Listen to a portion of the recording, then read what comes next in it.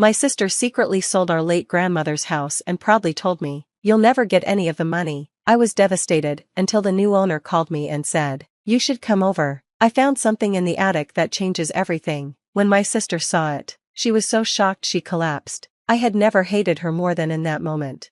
We were standing in Grandma's old living room, with its creaky wooden floors and ugly green wallpaper she never replaced. The house still smelled like old books and lavender. It had always been my safe place, but now, it wasn't ours anymore.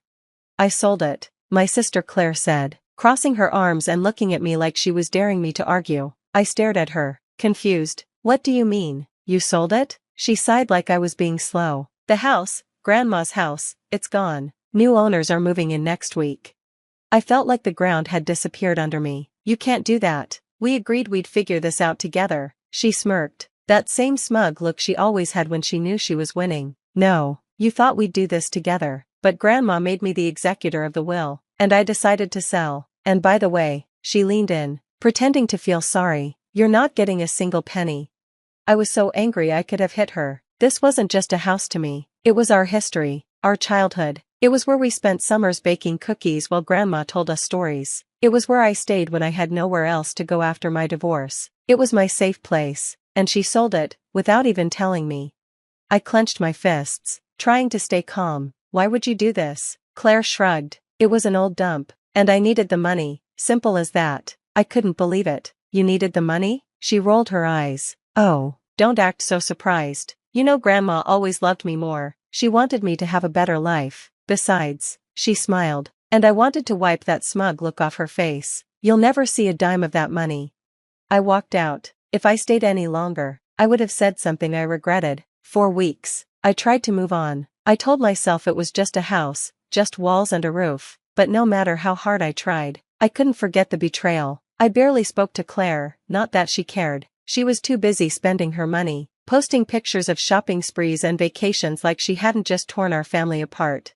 Then, one night, my phone rang. It was a number I didn't know. I almost didn't answer, but something told me to pick up. "Hello? Hi, is this my name?" "Yes, who's this?" "I'm Mark. I just bought your grandmother's house." My heart sank. "Oh, listen, I know this is weird, but I found something in the attic, and I think you should come over." I frowned. "What is it?" There was a pause. Then Mark said something that made me freeze. "I think it changes everything." I didn't think twice. I was in my car in minutes. I barely remember driving there. My hands were gripping the wheel so tight my knuckles turned white. My heart was racing the whole way. When I got to Grandma's house, it didn't feel like home anymore. The porch light was on, but the windows were dark and empty. Mark, a tall man in his 40s wearing a baseball cap, was waiting by the front door. He nodded and gestured for me to follow him inside. "I wasn't sure if I should call you," he said as we walked down the hallway, "but once I found it, I thought you'd want to see." "Found what?" I asked. He didn't answer. Instead, he led me up the narrow stairs to the attic.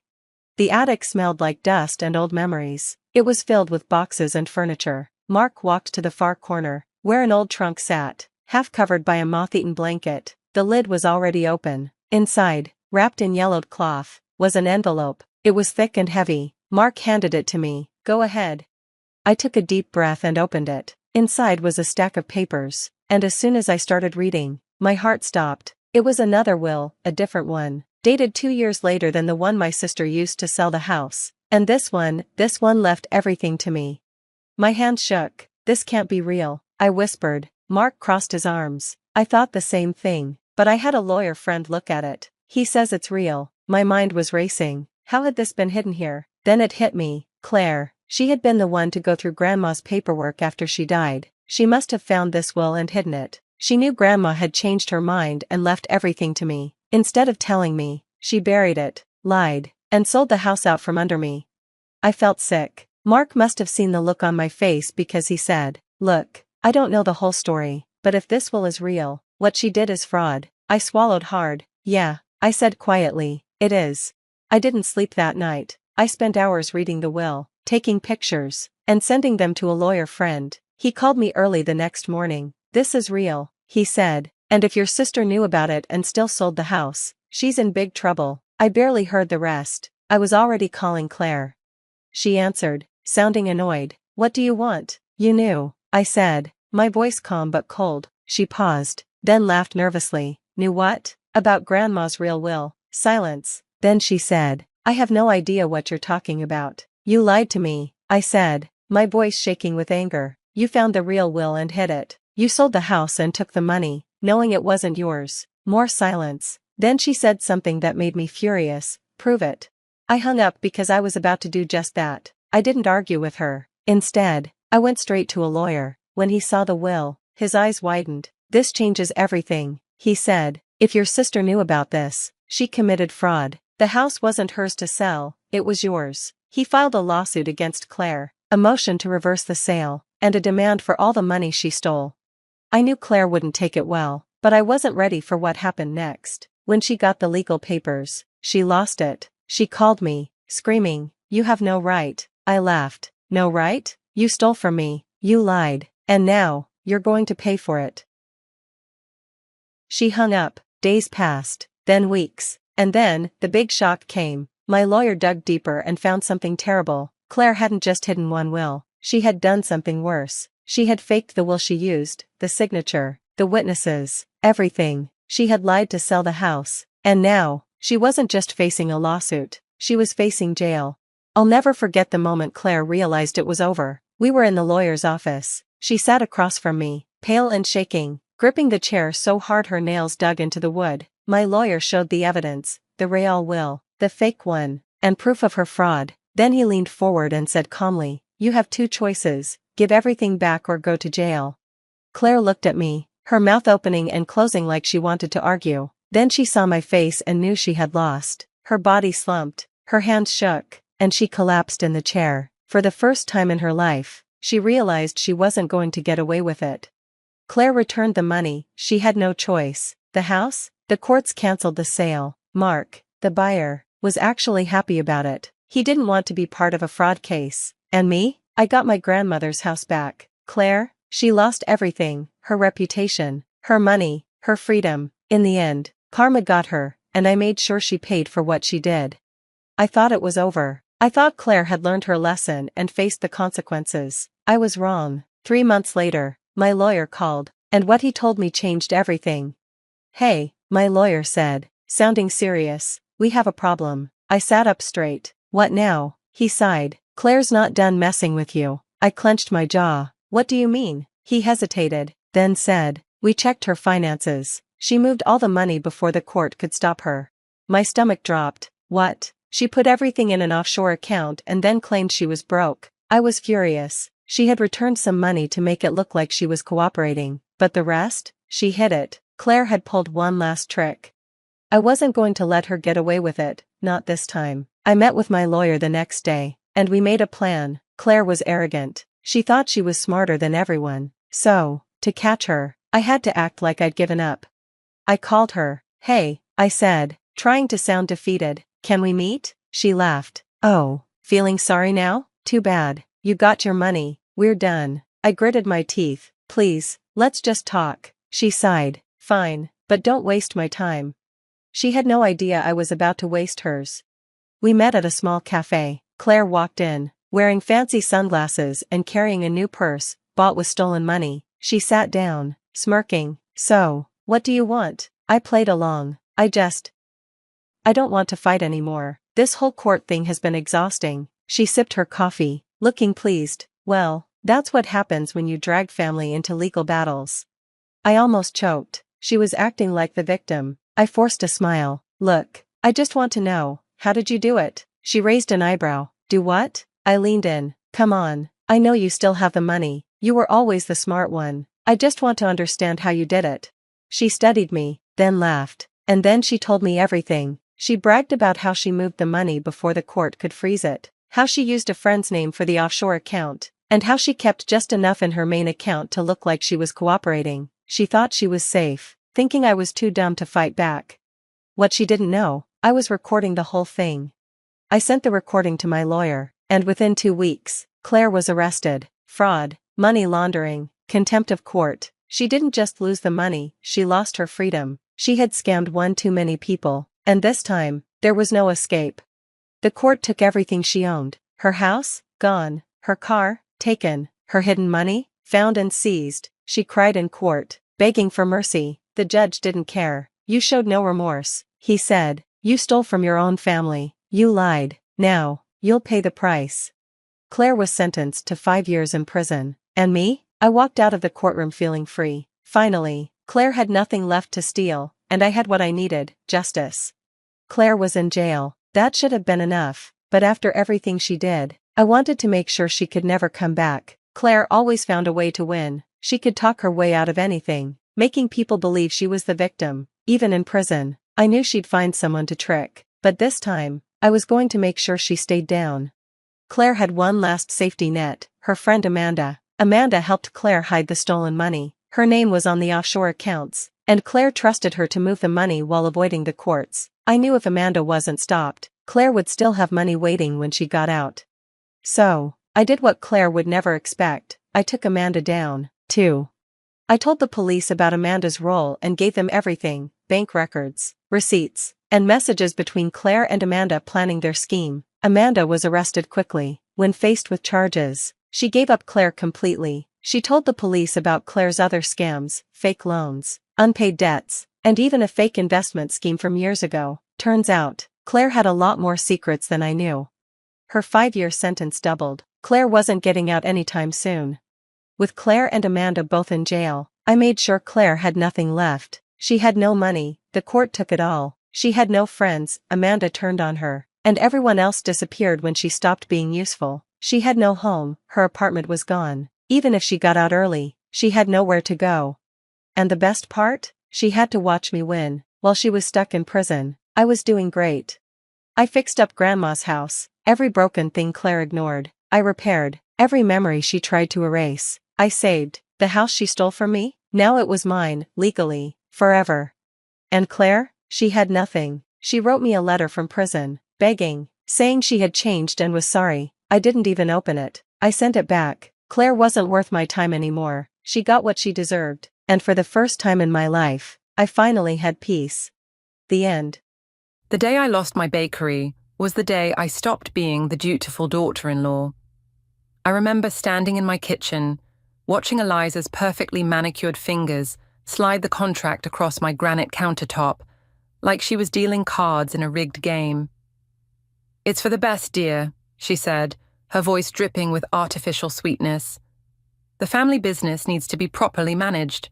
I'm Tessa, and for the past 8 years, I've poured my heart and soul into Sweet Endings Bakery. Every morning at 4 a.m., I'd unlock those doors, fire up the ovens, and create magic with flour and sugar. My regulars became family, and my recipes won local awards, but none of that mattered to Eliza. "Mom, please," Neil said, shifting uncomfortably beside me. "Can't we discuss this another time?" "There's nothing to discuss," Eliza replied, tapping the paper with her blood-red nail. "The bakery needs proper oversight. Tessa clearly can't handle it alone." My hands trembled as I gripped the edge of the counter. "I've doubled our profits in the last 2 years. The business is thriving." "Oh, sweetie," Eliza's laugh felt like ice down my spine. "Those little cupcakes you make are charming, but this is about legacy. The Holland family name deserves better than a small-town bakery." I looked at Neil, silently pleading for support. He avoided my eyes, suddenly fascinated by the floor tiles I'd handpicked when we renovated. "Neil," I whispered, "please." He finally met my gaze, his face twisted with guilt. "Maybe Mum's right, Tess. The corporate oversight could help us expand." The betrayal hit like a physical blow. 8 years of marriage, and he was choosing his mother over me. Again. "Sign it, dear," Eliza pushed. "Don't make this harder than it needs to be." My phone buzzed on the counter, a text from Danielle at the bakery. "Boss, the wedding consultation's here early. Should I start without you?" That message was my lifeline. "I have to go," I said, grabbing my keys. "There's a client waiting." "This needs to be handled today," Eliza called after me. "The lawyers are expecting the paperwork." I was already halfway out the door, but I heard Neil's defeated sigh. "I'll talk to her, Mum." At the bakery, I threw myself into work, decorating a 3-tier wedding cake, while Danielle handled consultations. My hand stayed steady even as my world crumbled. Years of early mornings, missed holidays, and sacrificed weekends, all about to be stolen by my mother-in-law's ambition. "You okay, boss?" Danielle asked, closing up that evening. "You've been quiet all day." "I'm fine," I lied, wiping down the display case. "Just tired." Later that night, I sat at my desk reviewing the contract Eliza had left behind. The terms were brutal. I'd retain a small ownership percentage, but all control would transfer to Holland Enterprises. My recipes, my staff, my dream, all under Eliza's thumb. Neil found me there at midnight. "Babe, come to bed. We can figure this out tomorrow." "Figure what out?" I asked, not looking up. "How to surrender everything I've built." "Mom's just trying to help. Stop." I finally faced him. "Your mother has never tried to help me. She's trying to control me, like she controls you." His face hardened. "That's not fair." "Isn't it? When was the last time you made a decision without consulting her?" The silence was deafening. My phone lit up with an email notification, my monthly business newsletter. I opened it absently, needing a distraction from the tension, and there it was. The headline that changed everything. Local real estate market crashes, historic properties hit hardest. I clicked through, scanning until I found what I needed. Eliza's precious historic mansion, her pride and joy, had lost nearly half its value. The same house she'd bragged about at every family gathering, the one she'd leveraged to start Holland Enterprises. Neil was still talking, defending his mother, but I barely heard him. My mind was racing, pieces falling into place. I knew Eliza's type. All image, no substance. The crash would devastate her, but she'd never admit it. She'd keep up appearances until the last possible moment. I looked at my husband, still making excuses for his mother, and made my decision. If Eliza wanted to play games with my livelihood, I'd show her exactly how it felt to lose everything you love. "You're right," I said, cutting off his rambling. "I'll sign the papers tomorrow." Neil's relief was painful to watch. "Really? You mean it?" "Of course." I smiled, thinking of the separate account I'd maintained since marriage, my safety net. After all, it's what's best for the family, right? Little did they know, I was about to redefine exactly what that meant. "You did what?" Sophia nearly choked on her coffee, her eyes wide with disbelief. We were sitting in her small law office, where I'd gone straight after signing over my bakery that morning. "I signed it," I said, my voice steadier than I felt. "But I have a plan. A plan that doesn't involve murdering your mother-in-law, I hope." She was only half joking. "Better." I pulled out my phone and showed her the real estate listings I'd been researching. "I'm going to buy her house." Sophia stared at me for a long moment. "Okay, you need to back up and explain everything." I told her about discovering Eliza's financial vulnerability, about the market crash, and my suspicions that she was using my bakery to shore up her failing empire. "That's why she was so aggressive about getting control," I explained. "She needs the bakery's steady income to keep up appearances." Sophia leaned back in her chair, processing. "And you're sure about this?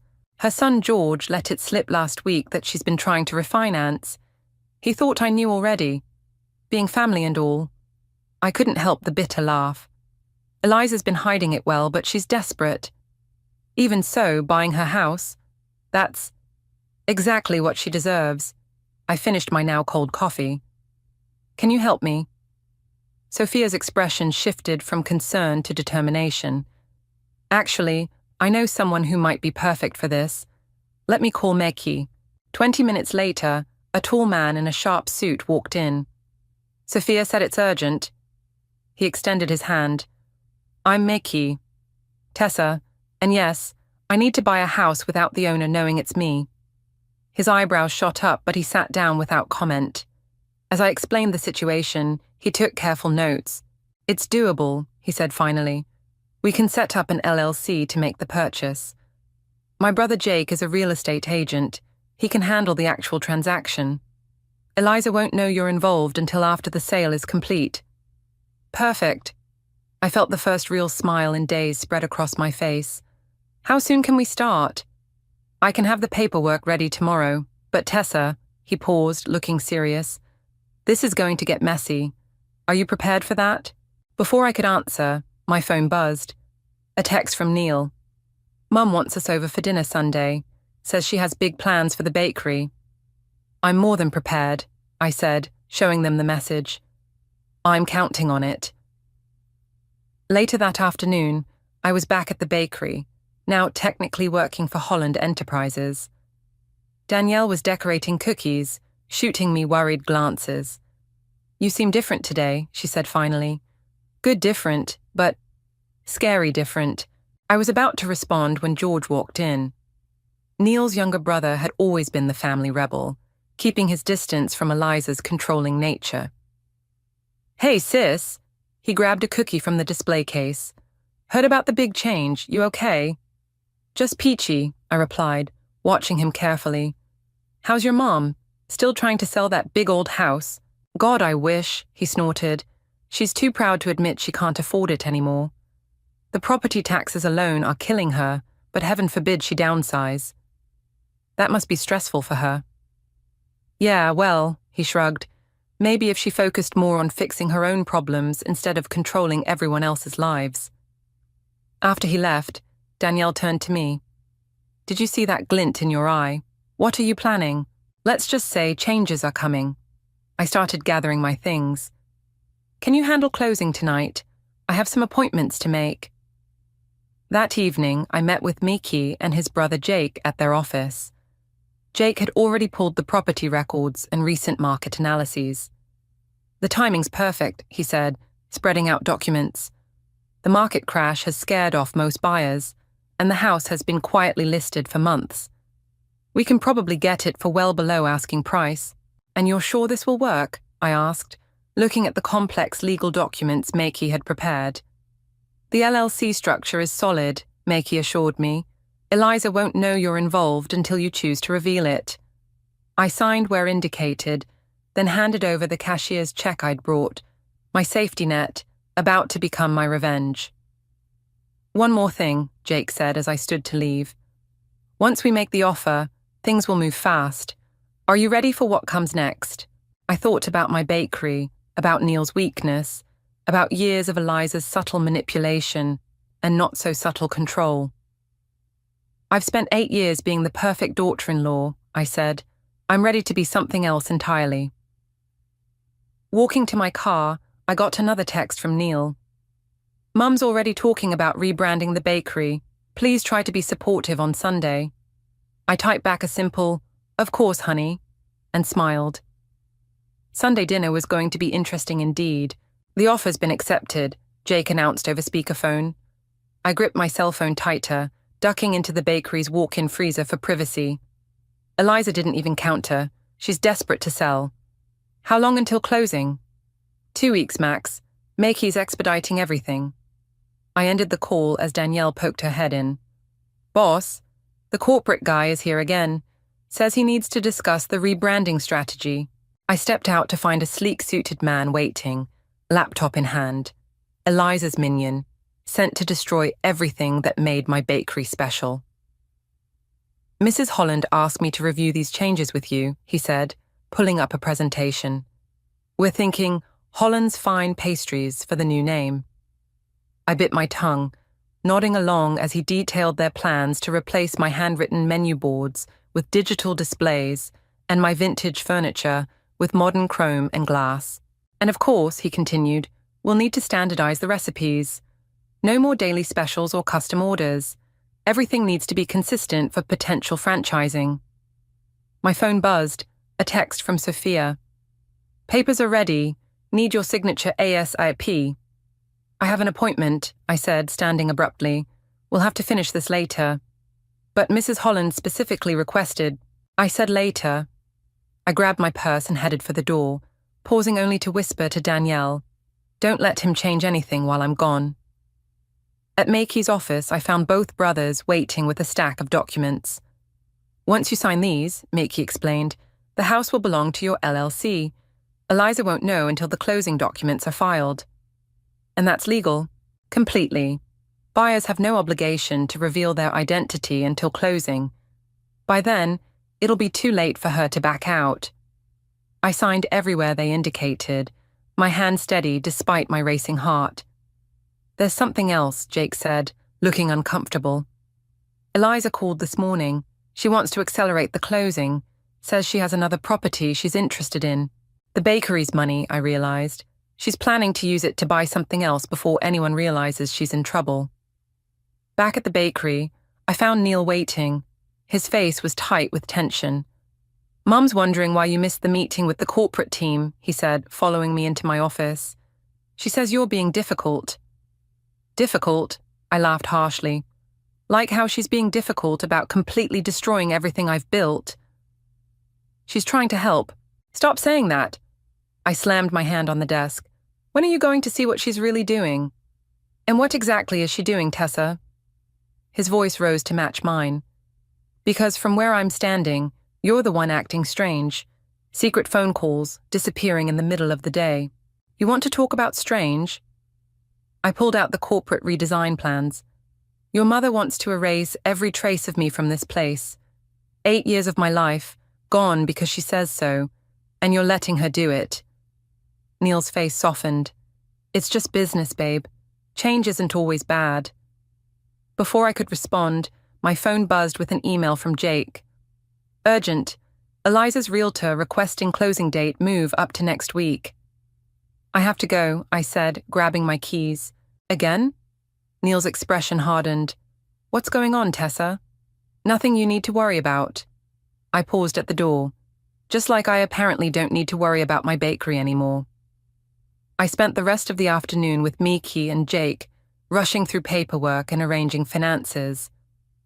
By evening, everything was set for closing in 5 days. Returning to the bakery after hours, I found Danielle still there, removing the corporate guy's sample displays. "He tried to change everything while you were gone," she said. "I told him all changes needed your approval first." "Thank you." I helped her take down the last digital menu board. "Things are going to get complicated soon. You might want to start looking for another job." "No way." She crossed her arms. "I'm staying right here. Someone needs to help you fight the evil empire." My phone lit up with a text from Neil. "Mum wants us over for dinner tomorrow. Says we need to discuss your attitude about the changes." Speaking of the evil empire, I showed Danielle the message. "Looks like tomorrow's the dress rehearsal for Sunday's main event." "Are you scared?" I thought about the house closing documents hidden in my bag, about Eliza's smug certainty that she'd won, about Neil's blind loyalty to his mother. "No," I replied, surprising myself with how true it was. "I'm ready." Danielle squeezed my arm. "Give her hell, boss." I smiled, thinking of the storm about to break. "Oh, I plan to. I really plan to." "Congratulations," Meki said, sliding the final paperwork across his desk. "You're officially a homeowner." Again. I stared at the documents, my hands trembling slightly as I traced Eliza's signature. She'd signed them this morning, still unaware of who really bought her beloved mansion. When will she find out? "The deed records tomorrow." He leaned back in his chair. "By law, she has 3 days to vacate once she receives the official notice." My phone buzzed. Neil calling for the 3rd time today. I sent it to voicemail. "He's been trying to reach me since last night's dinner," I explained. "It didn't go well. The previous evening had been a masterclass in passive-aggressive warfare." Eliza had spent the entire meal detailing her plans for my bakery, while I sat there, smiling and nodding, knowing her world was about to implode. "The contractors start Monday," she'd announced over dessert. "We'll need to close for 2 weeks for renovations." 2 weeks? I'd asked, keeping my voice neutral. "What about our standing orders?" "Oh dear," she'd patted my hand condescendingly. "Those small-time customers won't matter once we're properly positioned in the market." "Those small-time customers paid for everything in that bakery," I'd snapped, finally losing my cool. "Every tile, every oven, every recipe." "Tessa," Neil had cut in sharply, "Mom knows what she's doing." The rest of the evening had devolved from there. Now, sitting in Maki's office, I checked my messages. 3 from Neil, one from George. "What did you say to Mum? She's been making calls all morning about some emergency meeting with her financial advisor." "Looks like she's starting to feel the pressure," Makey observed. "Are you sure you want to wait until Sunday to tell them?" "Sunday dinner is her thing," I said. "Her power play. It's fitting that's where it ends." Back at the bakery, I found Neil waiting in my office. "Where have you been?" he demanded. "Mom's been trying to reach you about the renovation schedule." "I had appointments." "More secret meetings?" He ran his hands through his hair in frustration. "What's happening to you, Tess? Ever since you signed over the bakery?"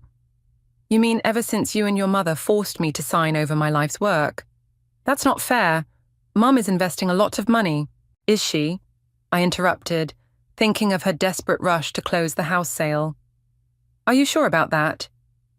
He faltered slightly. "What do you mean?" Before I could respond, Danielle knocked on the door. "Sorry to interrupt, but Mrs. Holland is here, again." Eliza swept in, looking more frazzled than I'd ever seen her. "Tessa dear, we need to push up the renovation timeline. The contractors can start tomorrow." "Tomorrow?" Neil looked confused. "Mum, you said Monday." "Plans change," she snapped, then quickly composed herself. "It's better for everyone this way." "Everyone meaning you?" I asked sweetly. Her eyes narrowed. "I don't like your tone. And I don't like what you're doing to my bakery, but here we are." "It's not your bakery anymore," she reminded me, voice sharp. "You signed it over, remember?" "Oh, I remember."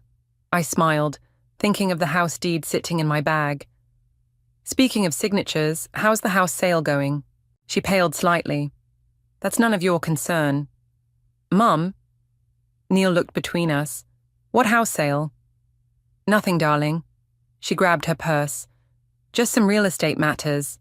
Now, about tomorrow." "No," I said firmly. "Excuse me." "No renovations tomorrow. No renovations next week. Nothing changes until after Sunday dinner." "You don't have the authority." "Sunday," I repeated. "Consider it my last request as the former owner." She stared at me for a long moment, calculation visible behind her eyes. Finally, she nodded stiffly. "Fine. Sunday. But after that, things will change around here." She turned to leave, then paused. "Oh, and dear, do try to bring something other than those common chocolate chip cookies this time. We're attempting to elevate standards, after all." After she left, Neil turned to me. "What was that about the house?" "You should ask your mother," I suggested, though I doubt she'll tell you the truth. "Tessa, I have work to do," I cut him off. "Apparently, I only have a few days left to make my common cookies." That evening, as I was closing up, my phone lit up with a text from Jake. "Deed recorded. Notice will be delivered tomorrow morning."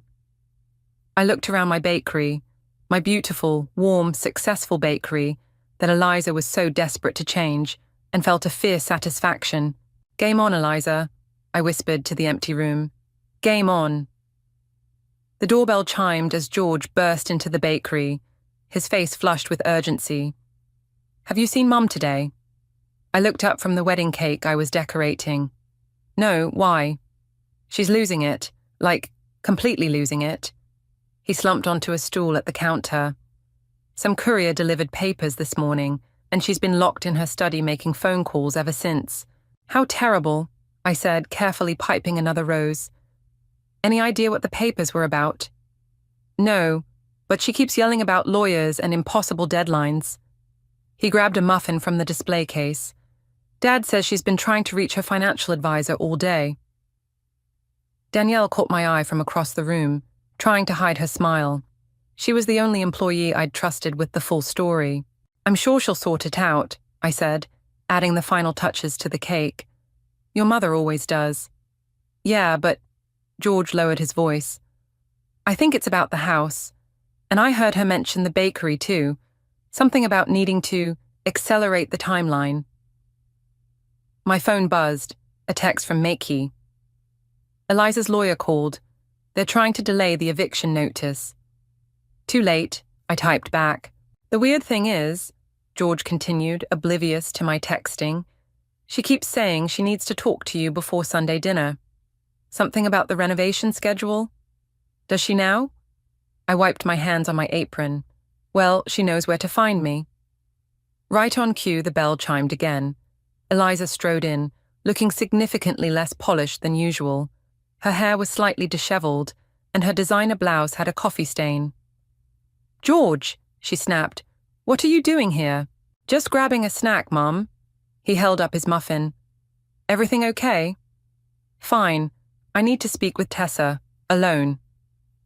George glanced between us, then wisely retreated to a corner table with Danielle.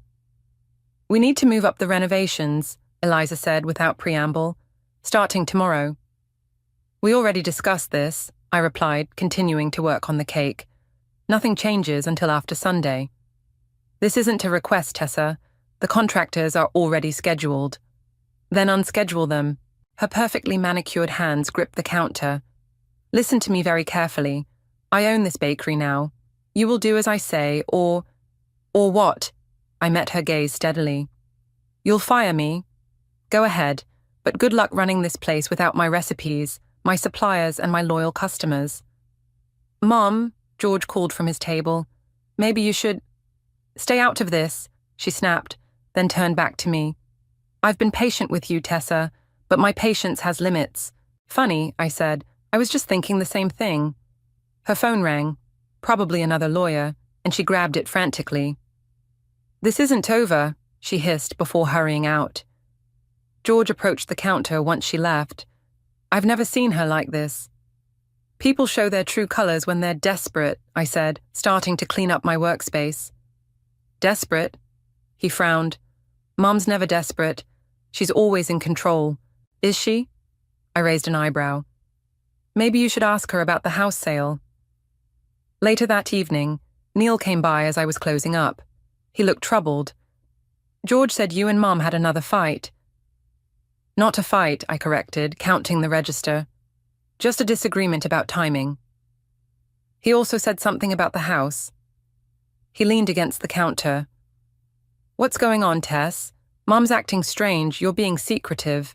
Have you ever wondered," I asked, closing the register drawer, "why your mother suddenly needed my bakery so badly?" "She wants to help." "No." I cut him off. "She needs it. There's a difference." "What are you talking about?" "Ask her about the house sale, Neil. Ask her why she's so desperate to start renovations before Sunday." His phone buzzed. Eliza, of course. He answered immediately. "Yes, Mom." "No, I'm with Tessa." "What?" "But you said—" Okay, I'll be right there." "Let me guess," I said as he hung up. "Emergency family meeting." "She says it's important." He hesitated. "Come with me." "No thanks." I grabbed my purse. "I'm saving my family time for Sunday dinner." "Tessa, please." "You should go," I said, gesturing to his still buzzing phone. "Your mother's waiting." After he left, I checked my own messages. One from Meki. "Everything's set for Sunday. No legal way for her to stop it." Another from Sophia. "Are you sure you want to do it this way? It's not too late to change plans." I thought about Eliza's desperate visit today, about Neil's blind loyalty, about years of manipulation and control. "I'm sure," I replied to both. Sunday dinner is happening exactly as planned. I looked around my bakery one last time before leaving. By this time next week, everything would be different. I just hoped I was ready for the fallout. "Mrs. Holland demands an immediate meeting," the lawyer announced, striding into my bakery Saturday morning. "She's prepared to offer you a generous severance package." I continued boxing up cupcakes for a birthday party. "Is she now?" "She's willing to buy out your remaining shares," he continued, placing a document folder on the counter. "Full market value, plus 3 months' salary." "Tell me," I said, tying a perfect bow on the box. "Does Eliza know about the eviction notice yet?" The lawyer's practiced poker face slipped for just a moment. "I'm not at liberty to discuss other matters." "No?" I smiled. "Then I'm not at liberty to discuss this one. See you at dinner tomorrow." He left the folder anyway, but I didn't bother opening it. Instead, I texted Miki. "Eliza's trying to buy me out before tomorrow." "Smart move on her part," he replied. "Too bad it's too late." The bell chimed again. This time it was George, looking even more frazzled than yesterday. "Mum's selling the house," he blurted out. "She just told us. Says it's a strategic downsizing or something." "Really?" I raised an eyebrow. "Did she mention who bought it?" "Some investment company. But that's not the weird part." He leaned in close. "She's insisting we all come to dinner tomorrow. Like mandatory attendance. Dad, me, Neil, everyone." "Can't miss the weekly tradition," I said, starting another batch of cupcakes. "Tessa!" He grabbed my arm. "What's really going on? First the bakery, now the house. Something's not right." Before I could answer, Neil walked in. He looked like he hadn't slept. "We need to talk," he said. "I'll just..." George backed away. "Yeah, see you both tomorrow." After he left, Neil slumped onto a stool. "Why didn't you tell me about Mom's offer?" "You mean the one her lawyer brought 20 minutes ago?" "She's trying to make this right, Tess." I slammed down my piping bag. "Make it right? She forced me to sign over my business, is trying to destroy everything I've built, and now thinks she can buy my silence with 3 months' salary." "Silence about what?" He ran his hands through his hair. "Everyone's acting crazy. Mom's having secret meetings. You're being cryptic about the house sale." "Have you asked her about that?" I interrupted. "About why she's really selling?" "She says it's just business, and you believe her, like you believed her about the bakery." His phone buzzed. Eliza again, of course. He ignored it this time. "What am I supposed to believe, Tessa? My wife's keeping secrets. My mother's falling apart." "Your mother," I cut in, "is reaping what she sowed. And tomorrow at dinner, everyone's going to see exactly who she really is." "What's that supposed to mean?" Another buzz, this time my phone. Jake had sent a photo of the final eviction notice, ready for tomorrow. "You should go," I said, turning back to my cupcakes. "Your mother probably needs you." "Tessa, please." "Tomorrow, Neil. All your questions will be answered tomorrow." After he left, Danielle emerged from the back room. That was intense. "Just wait until tomorrow." I checked my phone again. A message from Sophia asking if I needed moral support at dinner. "Yes," I typed back. "But not at dinner. After." The rest of the day passed in a blur of baking and preparations. I stayed late, making sure everything was perfect for Sunday's orders. As I was closing up, George texted again. "Mum's called every lawyer in town. What did you do?" "Nothing she didn't deserve," I replied. That night, I lay awake in bed, Neil sleeping restlessly beside me. My phone lit up with a final message from Makey. "Everything's set for tomorrow. Last chance to back out." I thought about the first time I'd met Eliza, how she'd looked at my small bakery with barely concealed disdain, how she'd spent years trying to control every aspect of my life, using Neil as her puppet, how she'd finally shown her true colors when she saw an opportunity to take what I'd built. "No backing out," I replied. "See you tomorrow." Sunday morning dawned bright and clear. I got up early, baking one last batch of my common chocolate chip cookies, the ones Eliza always complained about. Neil watched me from the doorway. "Mum says we need to be there by 5, he said quietly. "I know." I placed the cookies carefully in a box. Wouldn't want to be late for the last Holland family dinner. "What does that mean?" I closed the box, tied it with a perfect bow, and grabbed my purse, making sure the house documents were inside. "It means," I said, heading for the door, "that after tonight nothing will ever be the same." The look of confusion and worry on his face almost made me feel sorry for what was about to happen. Almost. Eliza's dining room was suffocating with tension.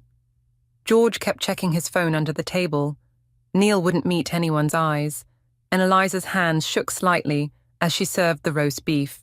"Lovely dinner, Mom," George said, breaking the silence. "Though I'm surprised you cooked, with everything going on." "Everything's fine," she snapped, then forced a smile. "Tessa, dear, I assume you've had time to review the offer my lawyer brought." "Oh, yes." I took a bite of potato. "Very generous. Almost as generous as the offer you got on the house." Her fork clattered against her plate. Neil's father looked up, confused. "The house sale? I thought that wasn't public yet. It's not, Eliza said quickly. Just a private transaction, nothing to discuss. Really? I pulled out my phone, checking the time. Because I heard the new owners taking possession very soon. The doorbell rang, making Eliza jump. She glanced at the clock. 6 p.m. exactly. I'll get it, she said, standing quickly. No need. I smiled. They're here for me. The doorbell rang again, more insistent this time. George went to answer it, returning with a courier holding official-looking documents. Delivery for Mrs. Holland, he announced. Which one? I asked sweetly. Eliza snatched the envelope, her face draining of colour as she read. This can't be right. What is it, Mom? Neil asked. It's... She looked at me, realization dawning. You're the buyer. Buyer? George grabbed the papers. Holy shit, Tessa bought the house?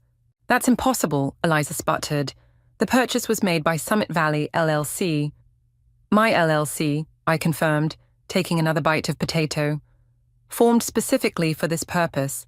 The deed was recorded Friday. Neil stood up so fast his chair fell backward. What's going on? Your wife, Eliza spat, has just revealed herself as the anonymous buyer of our family home. This is manipulation, I laughed out loud. Manipulation? That's rich coming from you. Tell them, Eliza. Tell them why you really needed my bakery. I don't know what you're talking about. The refinancing fell through, didn't it? I continued. The market crashed, the house lost value, and suddenly you needed a new source of income. Enter my profitable bakery. Mom? George was reading the papers. This is an eviction notice. 3 days to vacate. It's not legal, Eliza declared. I'll fight this. With what money? I stood up, pulling more documents from my purse. Your accounts are overdrawn. Your credit's maxed out, and now you've lost both the house and your chance to steal my bakery's profits. Neil grabbed the papers, scanning them frantically. These bank statements. Mom, is this true? Of course not. She's trying to destroy our family. No, I cut in. I'm stopping you from destroying anything else. The bakery deal is void, signed under duress, and with fraudulent intentions. My lawyer's already filed the paperwork. You can't prove... Actually, I can. George told me about the refinancing weeks ago. That's what started all this, isn't it? You needed my bakery's assets to secure a new loan. The room fell silent. Neil looked between his mother and me, his world visibly crumbling. 3 days, I said, standing up. That's how long you have to move out. Don't worry about the bakery. I'll handle the contractors you scheduled. You vindictive little... Careful, I warned. The new owner of this house might decide to shorten that timeline. George let out a low whistle. Damn, sis. Remind me never to cross you. Tessa, Neil finally spoke, his voice hollow. Why didn't you tell me? Would you have believed me? I asked. Over her? He had no answer. This isn't over, Eliza threatened, but her voice trembled. Actually, it is. I picked up my purse. Oh, and those cookies you always complained about. They won first place at the state fair last month. Just thought you should know. I headed for the door, pausing in the doorway. George, Neil, you might want to help your mother pack. 3 days isn't very long to move out of a house this size. You can't just leave, Eliza called after me. Neil, tell her. Tell her what, Mom? Neil's voice was tired. That you lied, that you tried to steal her business to cover your debts. I left them there, stepping out into the cool evening air. My phone buzzed, Sophia asking how it went. Done, I typed. Meet me at the bakery. I could use a friend and some fresh cookies. As I drove away, I caught a last glimpse of the house in my rearview mirror. Eliza's perfect mansion, now mine. The ultimate karma for 8 years of manipulation and control. Tomorrow would bring its own challenges. My marriage, the bakery's future, the fallout from tonight. But for now, I had won, and that was enough. She's really gone, George said, watching the moving truck pull away from his childhood home. I still can't believe you pulled this off. I handed him a coffee from my bakery. Neither can I sometimes. We sat on the front steps, the morning sun warming the brick beneath us. The last 3 days had been chaos. Eliza's rage, Neil's silence, lawyers' calls. But now, finally, it was done. "Neil's looking for you," George mentioned, sipping his coffee. "He's been at the bakery every morning this week." "I know. Danielle's been turning him away." "He's different now. Since Sunday, it's like he's waking up from a long sleep." My phone buzzed, Sophia sending me property listings. I'd decided to sell the mansion, but not before using it for something special. "Did you see the flyer?" I asked George. He pulled it from his pocket, grinning. "Community cooking classes for underprivileged kids. In Mum's precious gourmet kitchen. That's just evil." "The first class starts next week. Your mother's marble countertops are about to meet 20 enthusiastic third graders learning to make pizza." "Speaking of the bakery," George hesitated, "Mum's been telling people you forced her out of a legitimate business deal." "Let her talk. The truth has a way of coming out."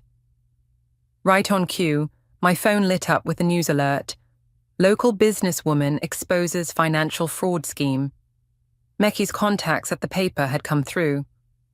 "Well," George stood up, brushing off his jeans, "I should go. Mum's expecting me to help her settle into her new apartment." "How's she handling downsizing?" "Let's just say her new neighbors aren't impressed by her stories about her former mansion." After he left, I walked through the house one last time.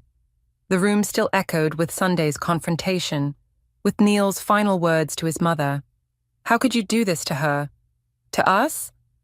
The front door opened behind me. I knew who it was without turning around. "You haven't been home in 3 days," Neil said quietly.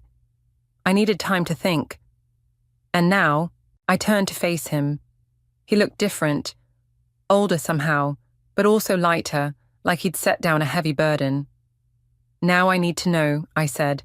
"If she hadn't gotten caught, if she'd succeeded in taking the bakery, would you have ever stood up to her?" "I don't know," he admitted. "That's what scares me the most. I've spent my whole life making excuses for her, believing her lies. And now? Now I want to make things right. With you, with the bakery, with everything." He stepped closer. "But first, I need to know something too. Did you do all this just for revenge?" "No." I walked to the window, looking out at the garden, where Eliza had hosted countless perfect family dinners. "I did it because someone had to stop her. Because sometimes the only way to deal with a bully is to take away their power." "The cooking classes," he said. "That was a nice touch. The house will be sold eventually, but first it's going to help some people. Real people, not just Eliza's social climbers. And us." His voice cracked slightly. "Is there still an us?" I turned back to him. "That depends. Who are you without her influence? Because that's the man I need to get to know. I'd like to find out too." He pulled something from his pocket, a key.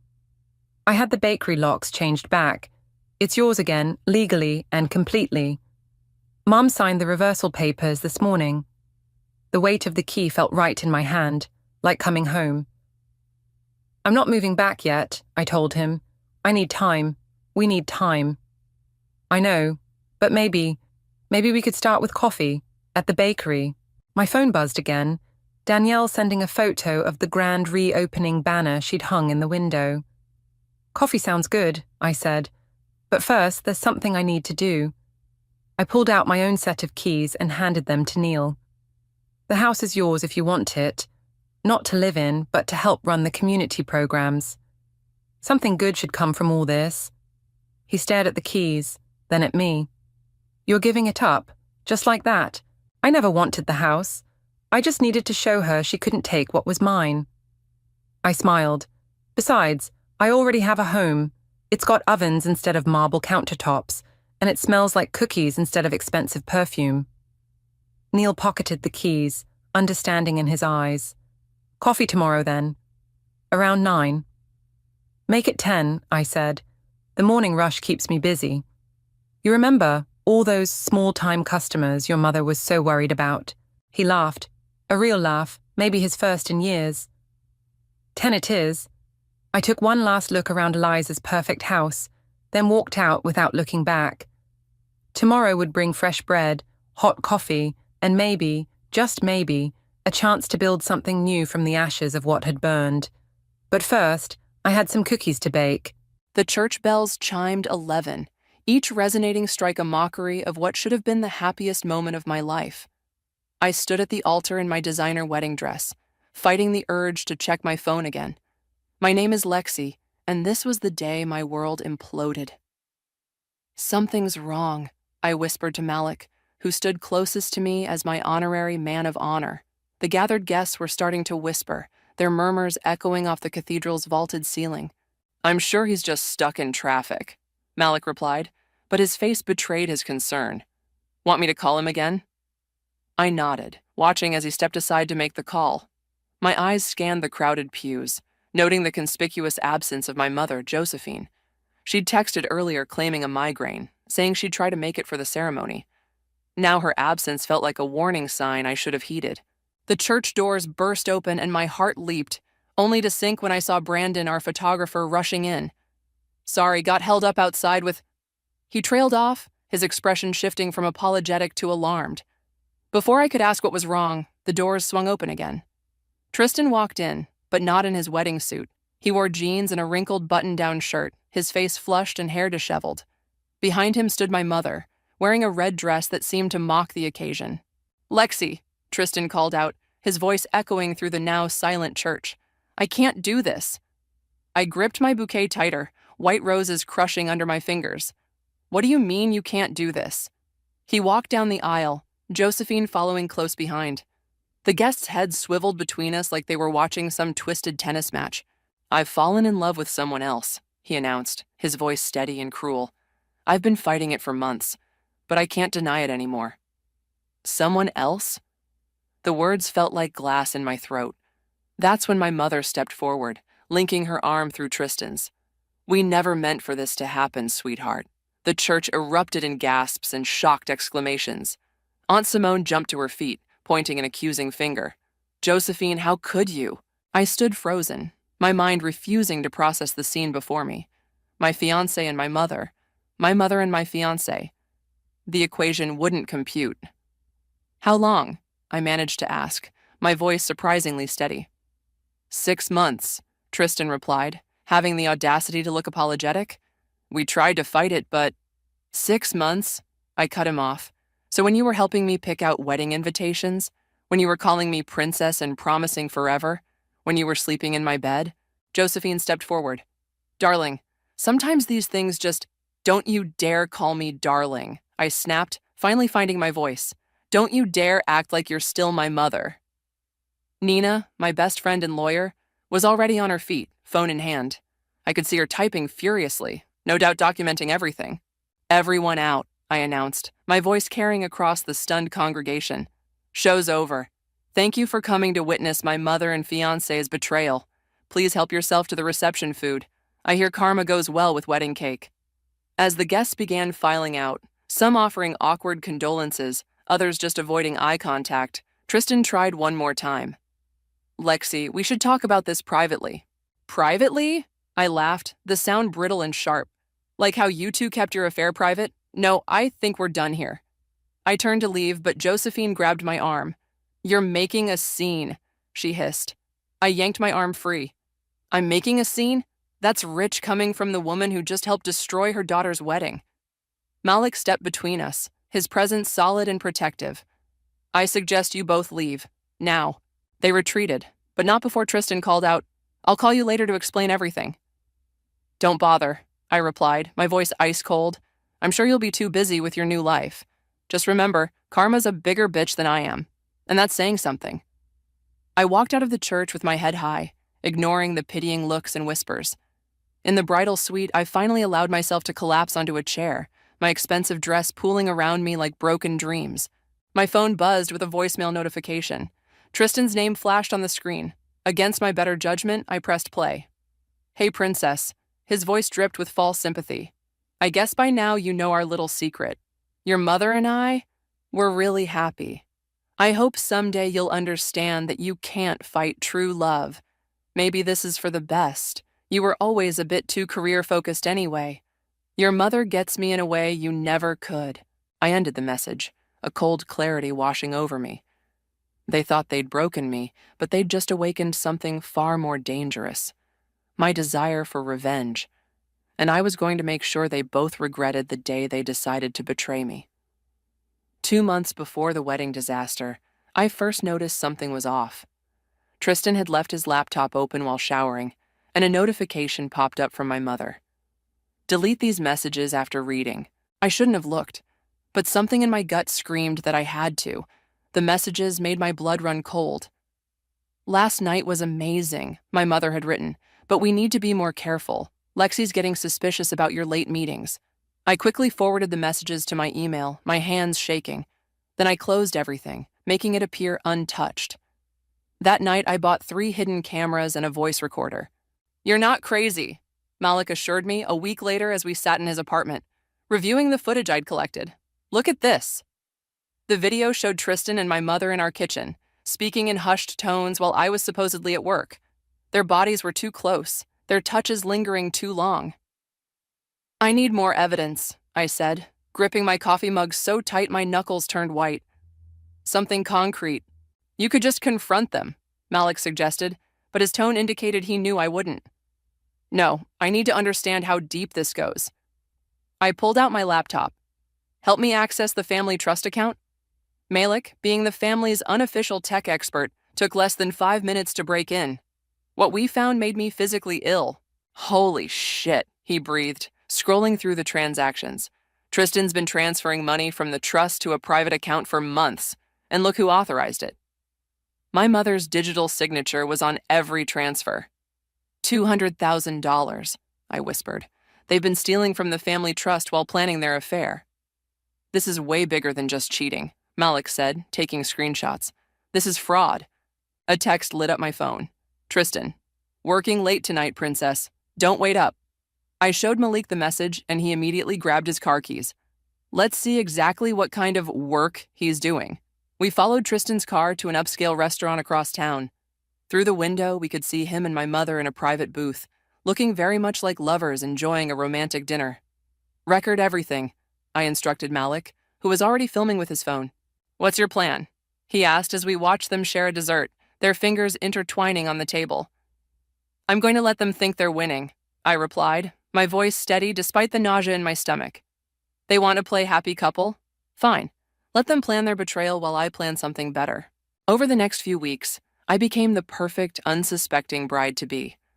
I gushed over flower arrangements with my mother, asked Tristan's opinion on honeymoon destinations, and played my part flawlessly. Meanwhile, I gathered evidence: bank statements, photos, videos, recordings, every secret meeting, every stolen kiss, every manipulated financial document. "You're scary good at this," Nina commented one evening as I showed her the growing file of evidence. "But are you sure you want to wait? We could stop the wedding now." I shook my head. They need to feel the humiliation I feel. Everyone needs to see who they really are. "The financial fraud alone could put them both in serious legal trouble," Nina mused, reviewing the documents. "Add in the breach of fiduciary duty since your mother's a trustee. I want them to lose everything," I said coldly. "Their reputation, their money, their dignity, just like they're taking everything from me." The day before the wedding, I got my final piece of evidence. I'd accidentally left my phone recording in my mother's study during the rehearsal dinner. "Tomorrow's going to be difficult," Tristan's voice played through my earphones as I listened later that night. "But once it's done, we'll be free." "Are you sure you want to do it this way?" my mother asked. "We could just tell her privately." "No," Tristan replied firmly. "She needs to understand she never really had me. Public humiliation will keep her from fighting back. You know how she is, always trying to control everything." "You're right," my mother agreed. "And once we're together openly, we can access the rest of the trust fund. I've already spoken to the lawyers about removing her as a beneficiary." I stopped the recording, my hands steady as I added it to my evidence file. They thought tomorrow would be their triumph, their grand revelation of true love conquering all. They had no idea I'd been 10 steps ahead of them the entire time. "Everything's ready," I texted Malik. Tomorrow they'll learn what real humiliation feels like. His response came quickly. I've got your back. Time to show them who they're really dealing with. I closed my laptop and smiled. Tomorrow they thought they were destroying my wedding. Instead, they were walking straight into my trap. The day after the wedding disaster, I sat in Nina's office, surrounded by manila folders and legal documents. My wedding dress hung like a ghost in its garment bag against the wall. They've already started moving more money, Nina said, tapping her keyboard. Another 50,000 transferred this morning. They're getting sloppy, I replied, scrolling through my phone. Probably think I'm too devastated to notice. Nina leaned forward, her expression serious. We need to move fast. I can file for an emergency injunction to freeze the trust assets, but... A knock interrupted us. Aunt Simone walked in, carrying a worn leather briefcase.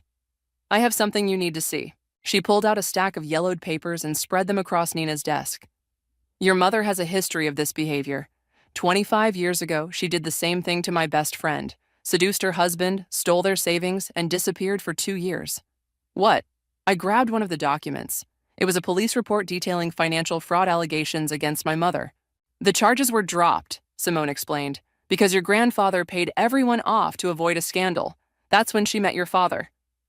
Nina was already scanning the documents. This establishes a pattern of behavior. We can use this. My phone buzzed with a text from my mother. We need to talk. Come to the house tonight, just us. Don't go, Simone warned. She'll try to manipulate you. No, I said, showing them the message. This is perfect. I'll wear a wire. Nina pulled out a small recording device from her desk. Use this. It's more reliable than a phone. That evening, I walked into my childhood home. My mother sat in her favorite armchair, looking perfectly composed in an expensive silk blouse. Darling, she started, I know you're hurt. Save it. I cut her off, sitting across from her. What do you want? I want you to understand. Tristan and I, we didn't plan this. Sometimes love just happens. I laughed bitterly. Love? Is that what you call embezzling money from the family trust? Her face paled slightly. I don't know what you're talking about. $250,000, Mother. That's how much you and Tristan have stolen so far. Want to explain that?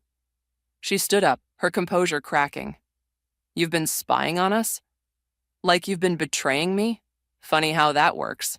Listen carefully, she hissed, her maternal mask slipping completely. If you pursue this, you'll regret it.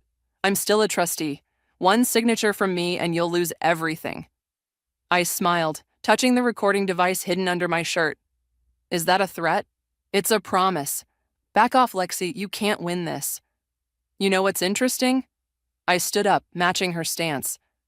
You're so focused on the money, you haven't even apologized for sleeping with my fiancé. He never loved you, she spat. You were just convenient, a way to get close to the family money. We've been laughing about it for months. Perfect. Got it all on tape. Goodbye, Mother, I said calmly, walking toward the door. See you in court. You ungrateful little... She grabbed my arm, her nails digging in. The front door opened and Brandon walked in, camera raised. Everything okay here, Lexi? My mother released me immediately, her face morphing into fake concern. Brandon, I didn't realize you were coming by. Just documenting everything, he said smoothly, still filming. For posterity. Back at Nina's office, we played the recordings. Simone shook her head in disgust. She hasn't changed at all. This is gold, Nina said, making notes. The threats, the admission of fraud, the physical assault, all on record. My phone buzzed again. A letter had been delivered to my apartment. Inside was a single sheet of expensive stationery. Dear Lexi, drop this now. You have no idea what I'm capable of. Don't force me to destroy you completely. Love, Mom. I handed the letter to Nina. Add it to the evidence pile. We need to move fast, she said, reaching for her phone. I'm calling Judge Martinez for an emergency hearing. What's our next step? I asked. Nina smiled grimly. We're going to hit them where it hurts most, their reputation. Brandon's connections at the newspaper will help with that. They thought I was weak, I said, looking at the threatening letter. They thought I would just cry and give up. Simone squeezed my shoulder. They forgot whose daughter you really are, your father's, and he taught you to fight. I nodded, feeling stronger than I had in days. Time to show them exactly what I'm capable of. Brandon's article hit the front page of the city's largest newspaper on a Sunday morning. The headline read, "Mother of the bride runs off with groom, a story of betrayal, fraud, and family destruction." My phone started ringing at 6 a.m. Malik was first. "Have you seen it? It's everywhere. Social media is blowing up." I was already on my laptop, watching the story spread like wildfire. Brandon had done an incredible job, presenting the evidence methodically while painting a devastating picture of betrayal. "Look at the comments," Nina said when she called. "People are furious. Your mother's social circle is imploding." I scrolled through hundreds of responses. "This is disgusting. How could a mother do this to her own daughter?" "I know these people. Never shopping at their business again." "The financial fraud allegations are shocking. Where are the authorities?" By noon, local TV stations were picking up the story. I watched from my apartment as reporters camped outside my mother's house, waiting for comment. "They're at Tristan's office too," Brandon reported, sending me live footage. "He tried to leave through the back door, but they caught him. Want to see him running to his car?" The video showed Tristan, disheveled and panicked, pushing through reporters while they shouted questions. "Mr. Kent, did you plan to humiliate your fiancé at the altar? Is it true you've been embezzling from the family trust? How long were you sleeping with your future mother-in-law?" My phone buzzed with a text from Tristan. "What have you done? This is insane. Call them off." I replied with a screenshot of his gloating voicemail from the wedding day. "Karma's funny that way." The doorbell rang. It was Nina with a stack of papers. "The judge granted our emergency injunction. The trust is frozen. They can't touch another penny." "How are they taking it?" "Your mother's lawyer called 3 times already. They're desperate to settle." I shook my head. "No settlements. I want this to play out in public court." My laptop pinged with an email notification. It was from my father's sister in Europe. "Just saw the news. Your mother did the same thing to our family 20 years ago. I have documents to prove it. Want them?" "Forward everything to Nina," I replied immediately. More messages poured in. Old friends of my mother's, former business associates, even her college roommate. Each had a story, a warning, a piece of evidence showing her pattern of destruction. "You've started an avalanche," Malik said, bringing over lunch. "Look at this." He showed me a social media post from one of my mother's closest friends. After 15 years of friendship, I'm horrified to learn the truth about Josephine. To all the families she's destroyed. I'm so sorry I didn't see it sooner. The post had thousands of shares. Brandon called again. "Local business groups are distancing themselves. Your mother's been asked to resign from 3 charity boards already." "What about Tristan's firm?" I asked. "They've put him on indefinite leave. Clients are threatening to pull their accounts." My doorbell rang again. This time it was a young woman I'd never met. "I'm Rachel," she said nervously. "Your mother and my ex-husband. 3 years ago. I never had proof, but seeing your story..." I invited her in, recording her testimony as she described an identical pattern. The seduction, the gaslighting, the financial manipulation. "I lost everything," Rachel said, wiping tears. "I thought I was crazy. Thank you for exposing them." By evening, Justice for Lexi was trending locally. People gathered outside my mother's house with signs, "Shame on you," and "Money can't buy morals."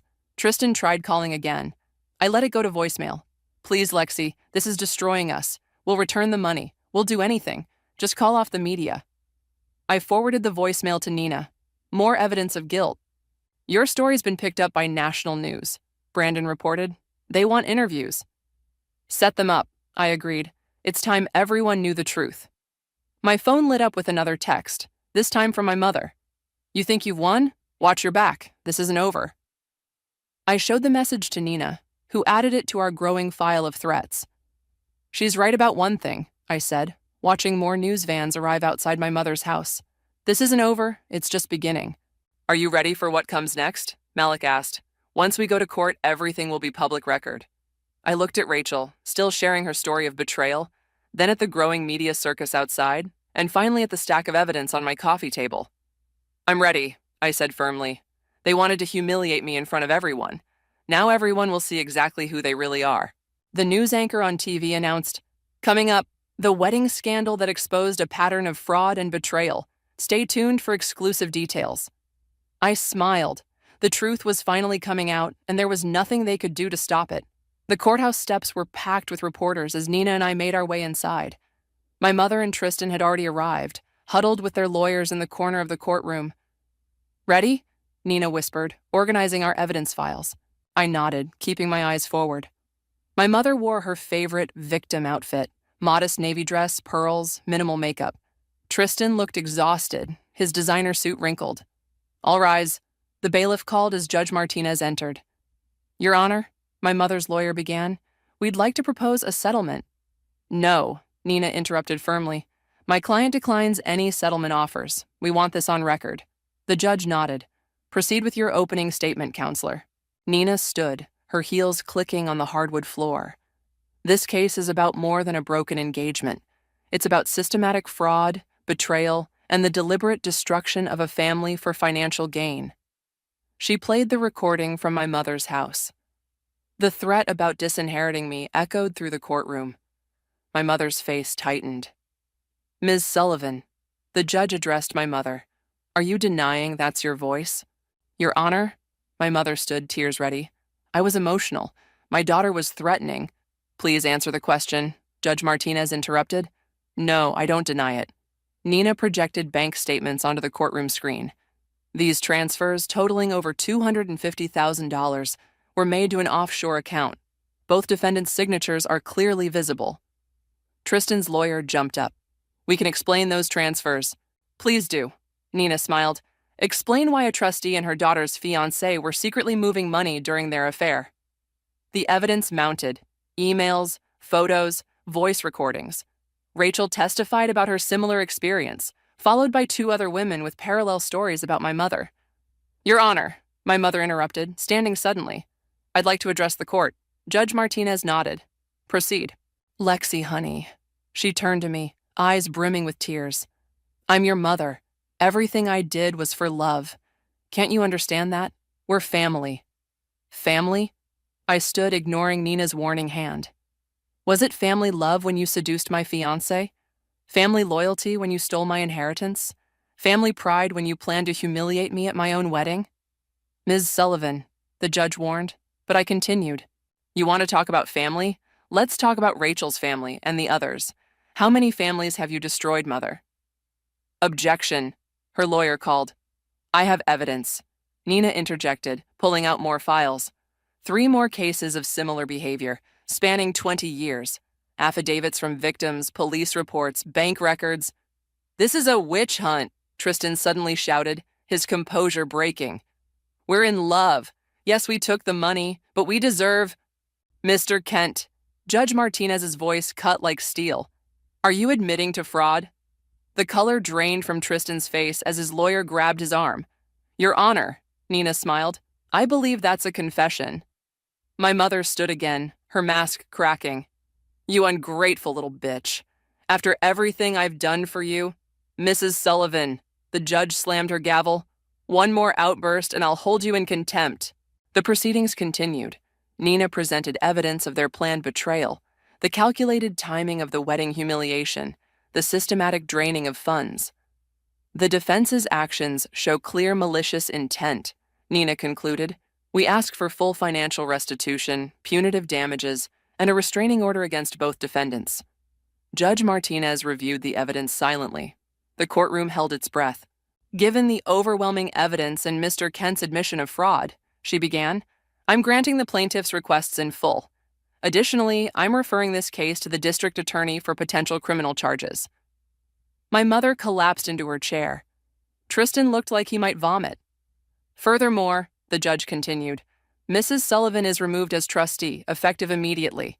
The trust will be frozen pending a full audit." "Your Honor, please." My mother tried one last time. "Mrs. Sullivan, you've demonstrated a pattern of predatory behavior spanning decades. This court finds your actions particularly egregious given the betrayal of your own daughter. Your fortunate criminal charges weren't filed years ago." Outside the courthouse, reporters swarmed us. "How does it feel to win?" "What's next for your mother and Mr. Kent?" "Will you press criminal charges?" Nina handled the press while I walked to my car, where Malik waited. "You did it," he said, hugging me. My phone buzzed. A text from Tristan. "Please, can we talk? I've lost everything." I showed Malik the message. Karma's funny that way. He quoted my earlier words. Another message came, this time from Rachel. Thank you for giving us all justice. You've inspired so many people. I looked back at the courthouse where my mother was being hounded by reporters, her perfect image finally shattered. Let's go, I told Malik. I think we're done here. But as we drove away, I knew this wasn't the end.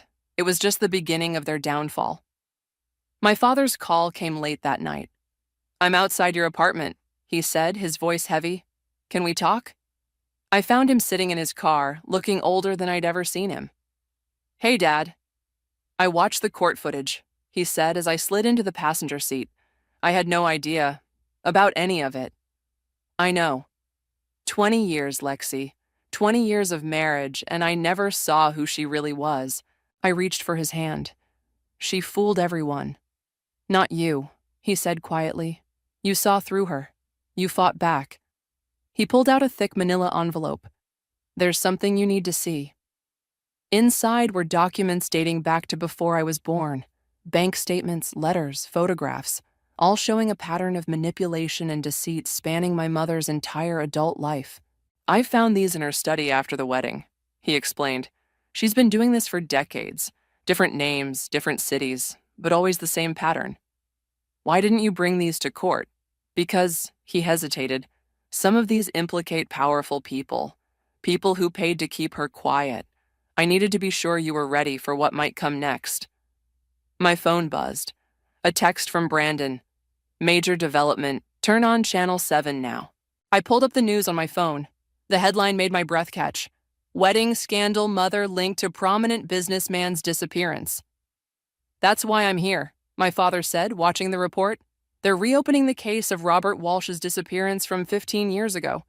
Your mother was the last person to see him alive. What? She was having an affair with him. He vanished 2 days after threatening to expose her schemes.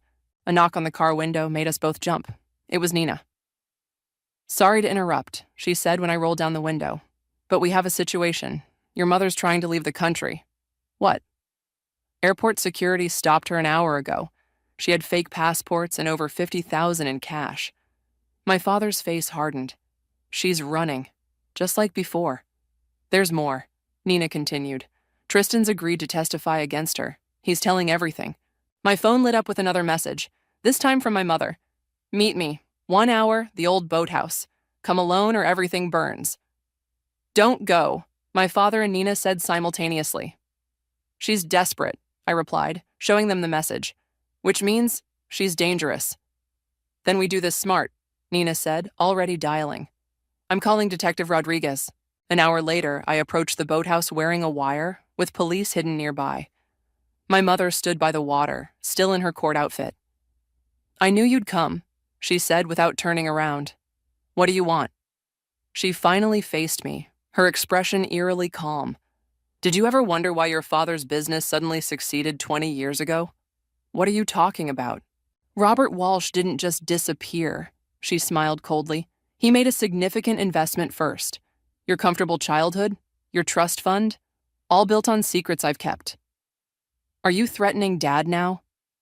I'm offering you a choice. Drop everything, the charges, the investigation, all of it, and these documents stay buried. She patted her handbag. Or watch your father go down with me. You're bluffing. Am I? She pulled out a file. Your father's signature is on every document. He knew, Lexi. He always knew. I stepped closer, seeing the papers in the dim light. They looked authentic. You really are a monster, I whispered. I'm a survivor, she corrected. Something you clearly inherited. So, what's it going to be? Your revenge or your father's freedom? I reached for the file. As soon as she released it, Detective Rodriguez emerged from the shadows. Josephine Sullivan, you're under arrest for attempted extortion and flight risk. You wore a wire? She hissed at me. My own daughter? I learned from the best, I replied, watching as they handcuffed her. By the way, Dad's already talking to the FBI. Has been for weeks. Those documents, they'll make great evidence.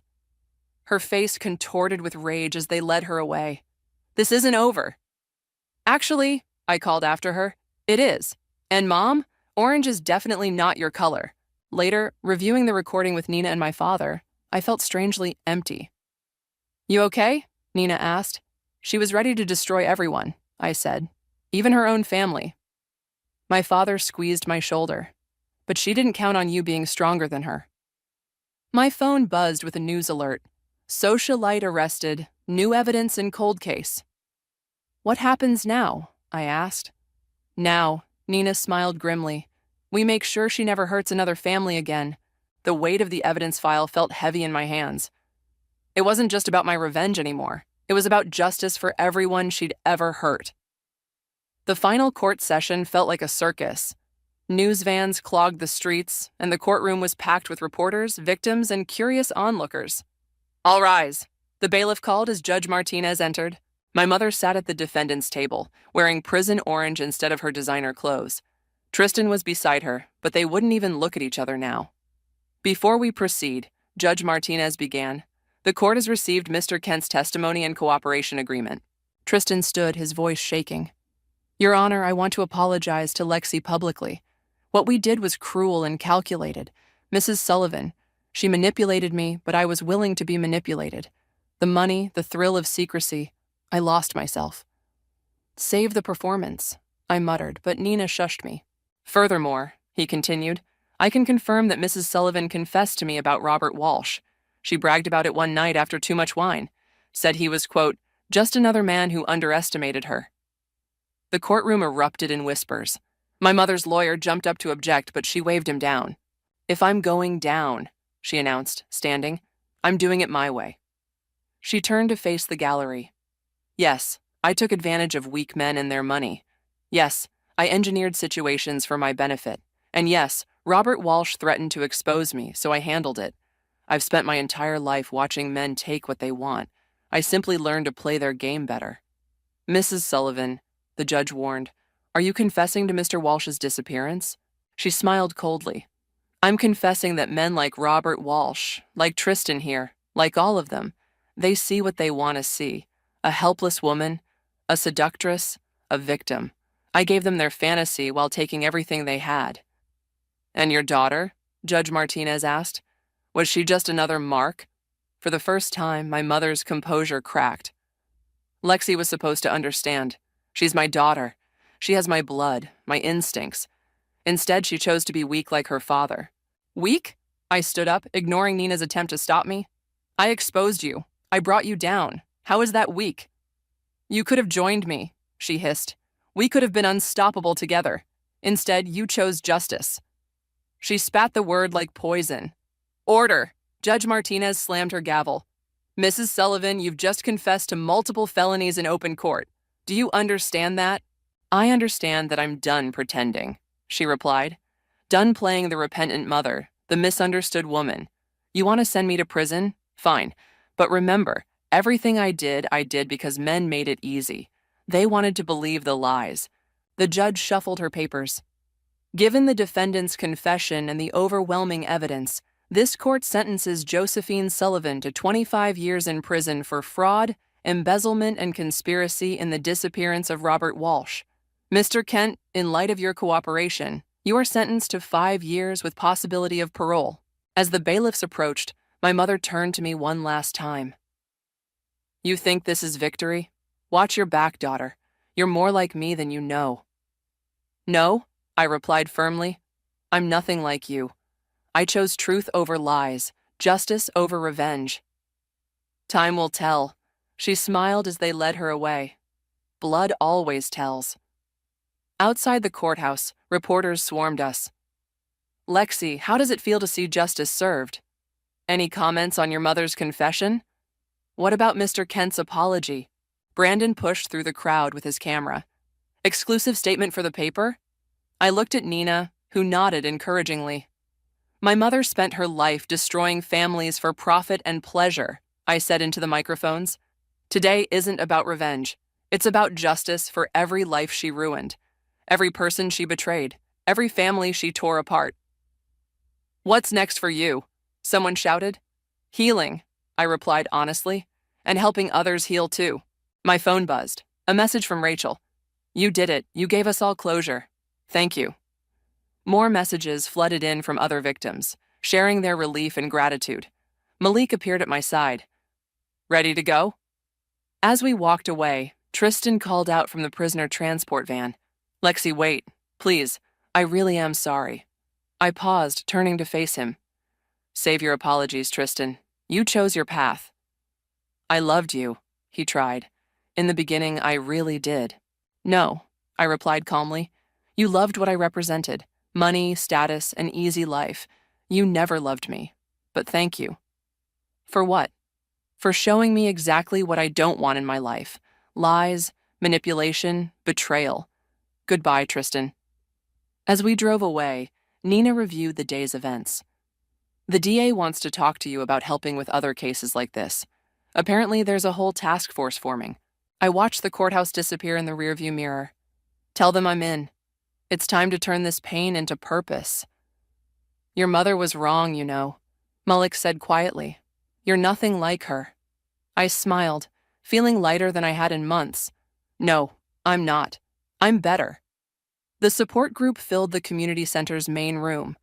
Women and men of all ages sat in a circle, their faces reflecting a familiar mix of pain and determination. My name is Lexi, I began, standing before them. And like many of you, I was betrayed by someone I trusted completely. A woman in her 40s raised her hand. I saw you on the news. Your mother. She's the reason I'm here. Your story gave me courage to face my own situation. That's why we're all here, I replied, to turn our pain into power. Nina slipped into the room, giving me a subtle nod. I knew what that meant. The task force had made another arrest based on our work. After the session, Rachel approached me. Remember when I first came to you during the trial? I was broken, ashamed. Now I'm helping others rebuild their lives. You did that yourself, I smiled. I just showed you it was possible. My phone buzzed. A message from the prison chaplain. Your mother's requesting to see you again. Delete, I muttered, hitting the button. She'd been sending requests weekly since her sentencing. Still not ready?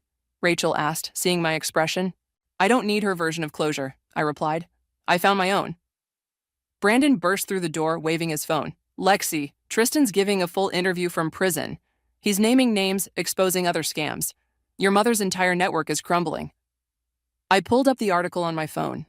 Tristan's confession was comprehensive, detailing how my mother had built her web of manipulation over decades.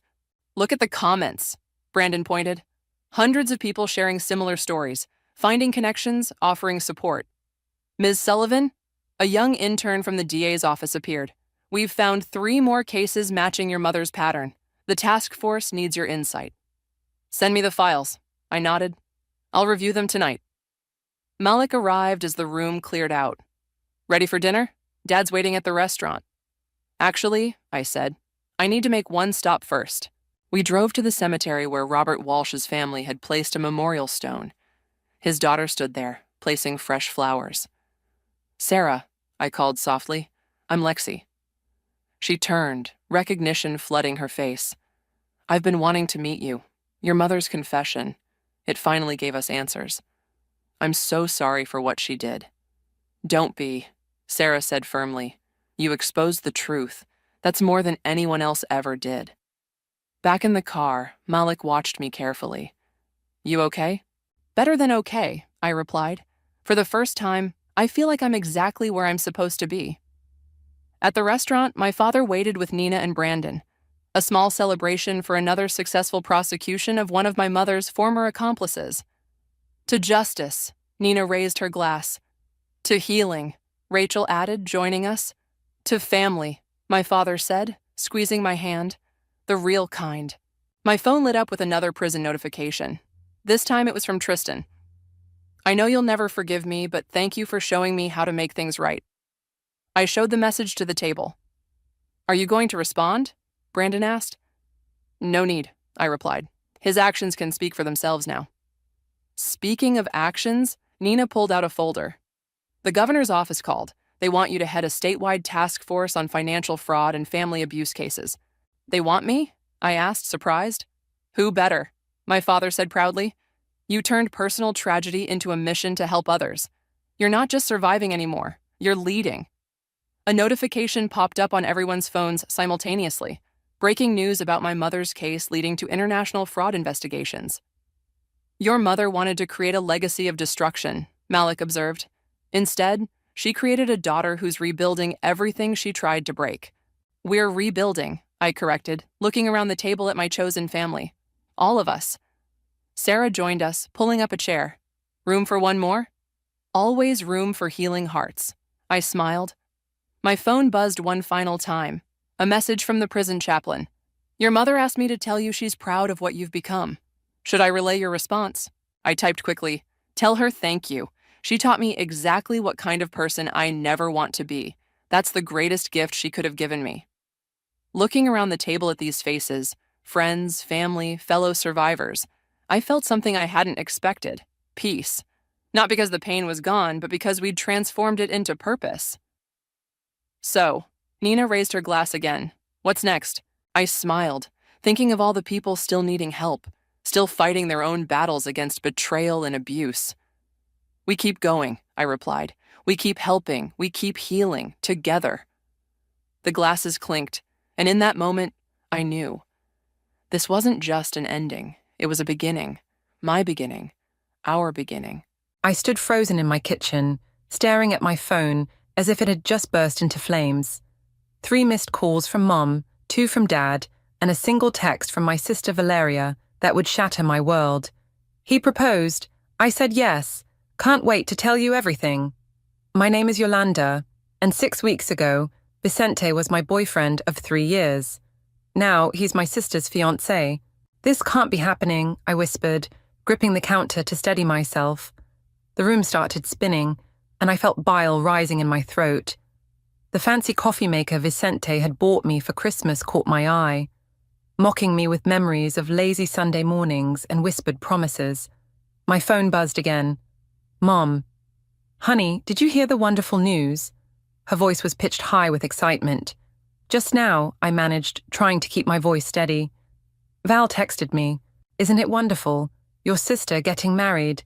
And to Vicente, such a catch. We're all meeting for dinner tonight at Palazzo to celebrate. 7 o'clock sharp.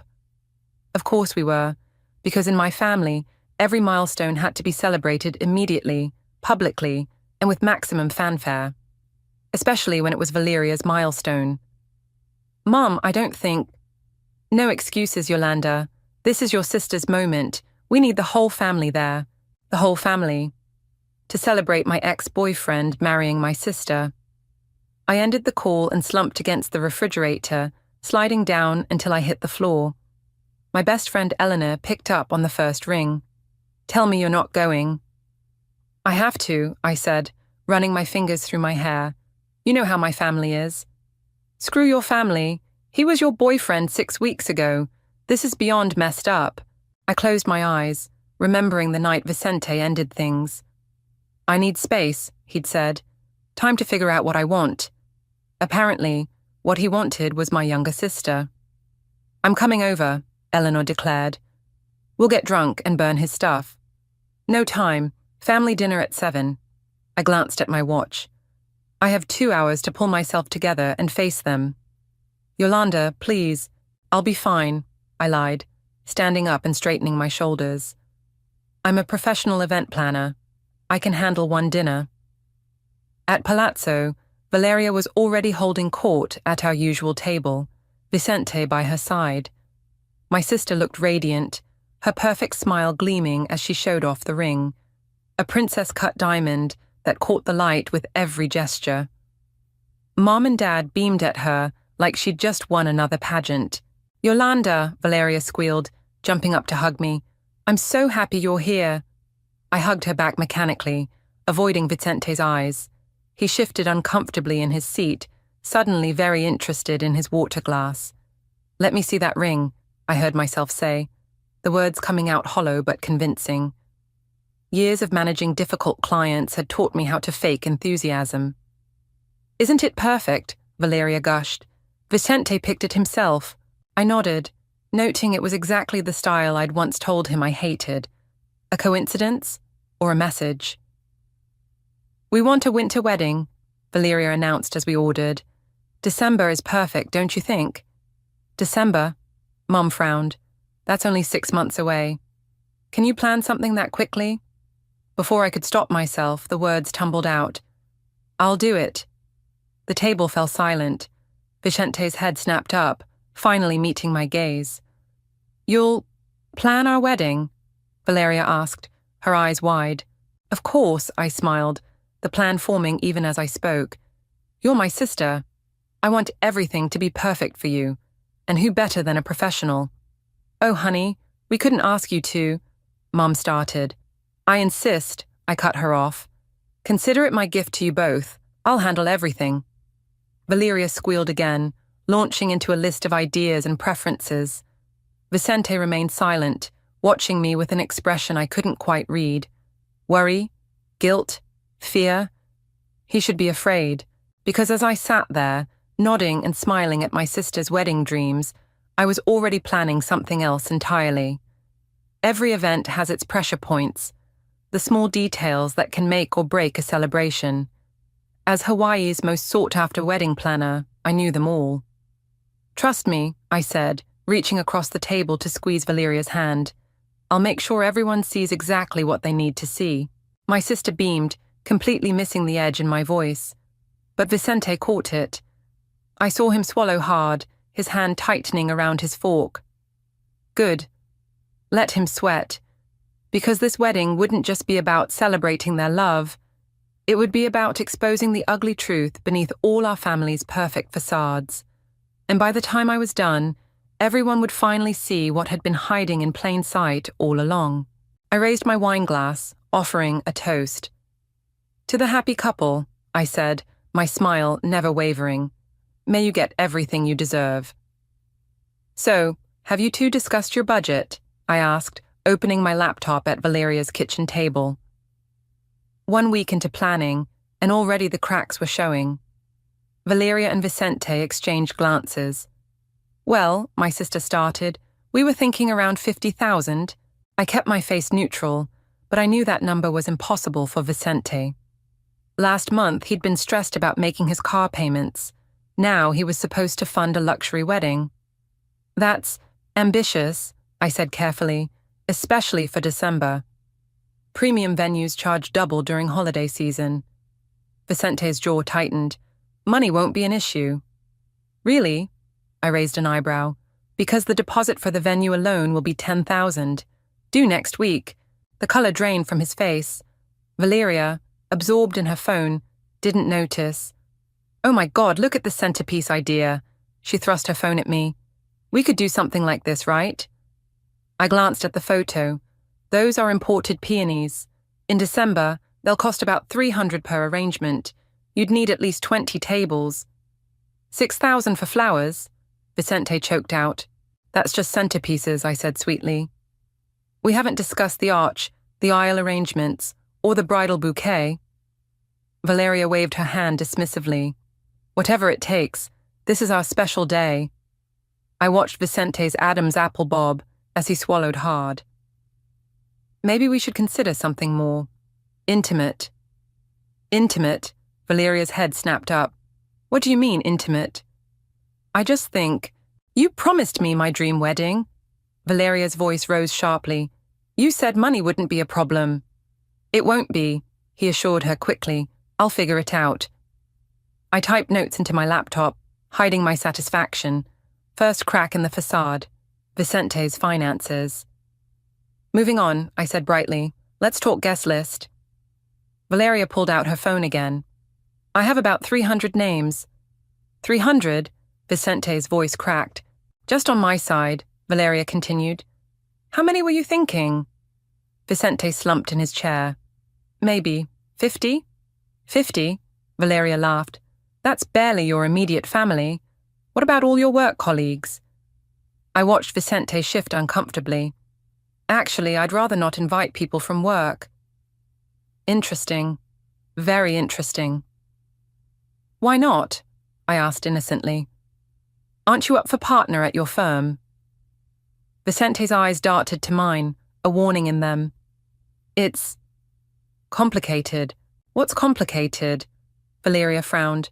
You told me the partnership was practically guaranteed. It is, he said quickly. I just don't want to mix business and pleasure. I pulled up another spreadsheet. Well, we need to finalize numbers soon for the catering deposit. At 350 guests, we're looking at around 20,000 for food and beverage minimum. Vicente stood up abruptly. I need some air.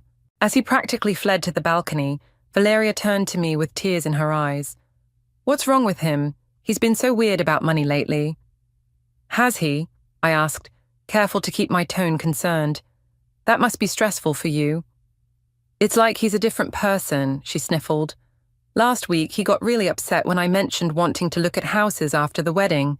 He never used to care about spending money. Because he was spending my money, I thought bitterly. But I just reached over and squeezed her hand. I'm sure he's just nervous about the wedding. It's a big commitment. You don't think... Valeria lowered her voice, glancing at the balcony. You don't think he's having second thoughts, do you? Of course not, I lied. He'd be crazy to let you go. Like he let me go. The words hung unspoken between us. Valeria wiped her eyes. I'm so glad you're helping us, Yolanda. I don't know what I'd do without you. You'd probably still be single, I thought, but I just smiled and pulled up another spreadsheet. Let's look at some venue options. I have an appointment at the Royal Hawaiian tomorrow at 10. Their ballroom would be perfect. The Royal Hawaiian?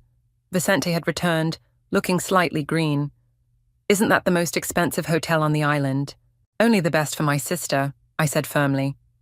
Unless, is there a reason we shouldn't look there? Our eyes met, and I saw the panic in his. He knew I knew, about the mounting debt, about the partnership that wasn't happening, about all the lies he'd told Valeria. No, he said finally, no reason at all. Perfect. I closed my laptop with a snap. I'll see you both there tomorrow at 10. Oh, and Vicente, don't forget about that venue deposit. We wouldn't want to lose our date. As I walked to my car, I could feel Vicente's eyes boring into my back. He was beginning to realize what I was doing, but he was powerless to stop it. After all, how could he object to me giving his bride-to-be exactly what she wanted? By the time this wedding rolled around, everyone would know exactly who Vicente really was. And more importantly, they'd know what Valeria had done to get him. I smiled as I started my car. The truth was going to cost them way more than $50,000. You're playing with fire, Eleanor warned, watching me sort through old family photos. This isn't like you, Yolanda. You don't know what it was like growing up with her, I said, pulling out a particularly telling picture. Valeria's high school graduation. She's center stage, beaming, while I'm barely visible in the background, holding her purse. Tell me then. The front door opened before I could answer. Mom breezed in, carrying garment bags. Girls, I'm so glad you're both here. Wait until you see what Valeria picked for the bridesmaids. Eleanor shot me a concerned look as Mom unzipped the bags with flourish, revealing identical seafoam green dresses. Aren't they gorgeous? Mom gushed. They're the exact color of the dress I wore to my senior prom, I said quietly. The one Valeria borrowed and accidentally ruined the night before. Mom's smile faltered. Oh, honey, that was years ago. You can't still be upset about that. Of course not, I said, standing up. Just like I'm not upset about her taking my spot in the dance recital when I broke my ankle, or dating my prom date 2 weeks after he broke up with me, or, that's enough, Mum snapped. Your sister is getting married. Can't you just be happy for her? I'm planning her entire wedding for free. What more do you want? The silence stretched between us until Eleanor cleared her throat. Mrs. Hamilton, would you like some coffee? Mum's phone buzzed. No time. I'm meeting Valeria at the florist. She headed for the door, then paused. Yolanda, please don't ruin this for your sister. After she left, Eleanor turned to me. Okay, spill. What really happened with Vicente? I pulled out my phone, scrolling to a saved text thread. 3 days before he broke up with me, I found this on his phone. Eleanor read the messages between Vicente and Valeria, her eyes widening. Holy shit, they were seeing each other behind your back. For months, I confirmed. And the best part? She knew exactly what she was doing. Look at the timestamp on this one. The message read, "She'll get over it just like she gets over everything. You're meant to be with me, not her." That manipulative little... It gets better, I interrupted, pulling up my laptop. Remember how Vicente kept dodging questions about work? Well, I did some digging. I showed her the law firm's website. See that press release? The one announcing new partners. Notice who's not on the list. But he told everyone he was getting promoted. He's not just not getting promoted, he's being investigated for ethical violations. Apparently, he's been padding his billable hours for months. That's why he doesn't want work people at the wedding. Eleanor whistled low. Does Valeria know? Please, she's too busy planning her perfect wedding to notice he can barely afford dinner. My phone buzzed, a text from the florist.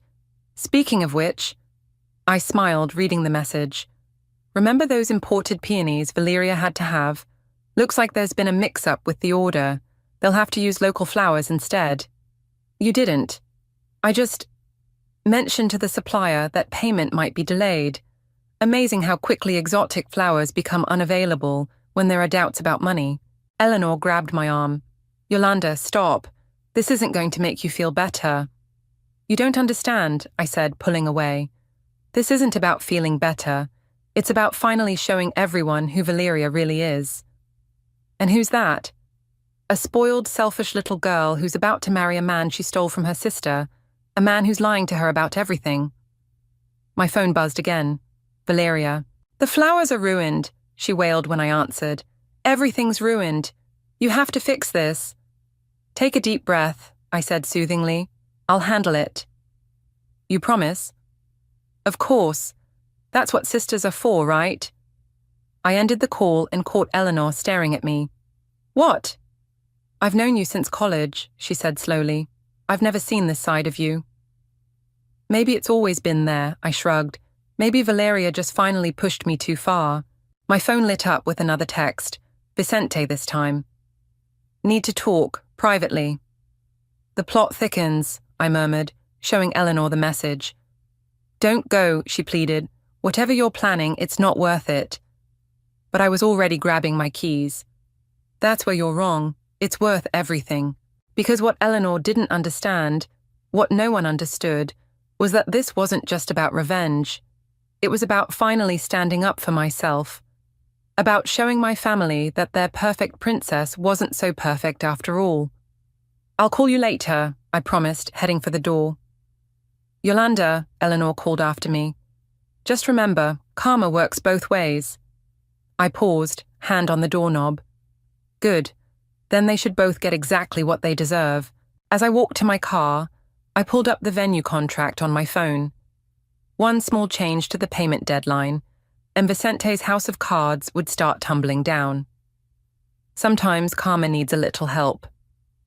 Vicente was already waiting at our old meeting spot, the quiet coffee shop near the beach where we used to spend Sunday mornings. He looked terrible, with dark circles under his eyes, and his usually pristine shirt wrinkled. Thanks for coming, he said as I sat down.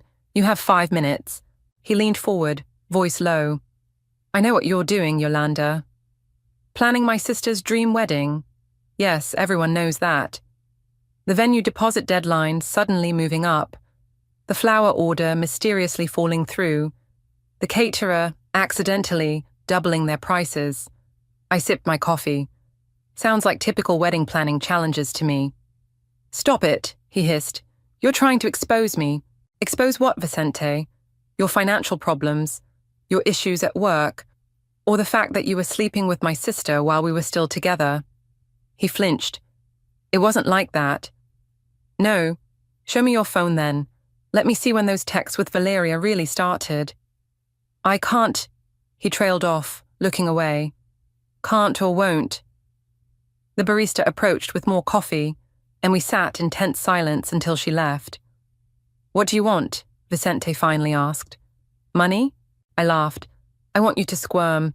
I want you to feel what it's like to have everything falling apart around you while you smile and pretend everything's fine. You'll hurt Valeria too.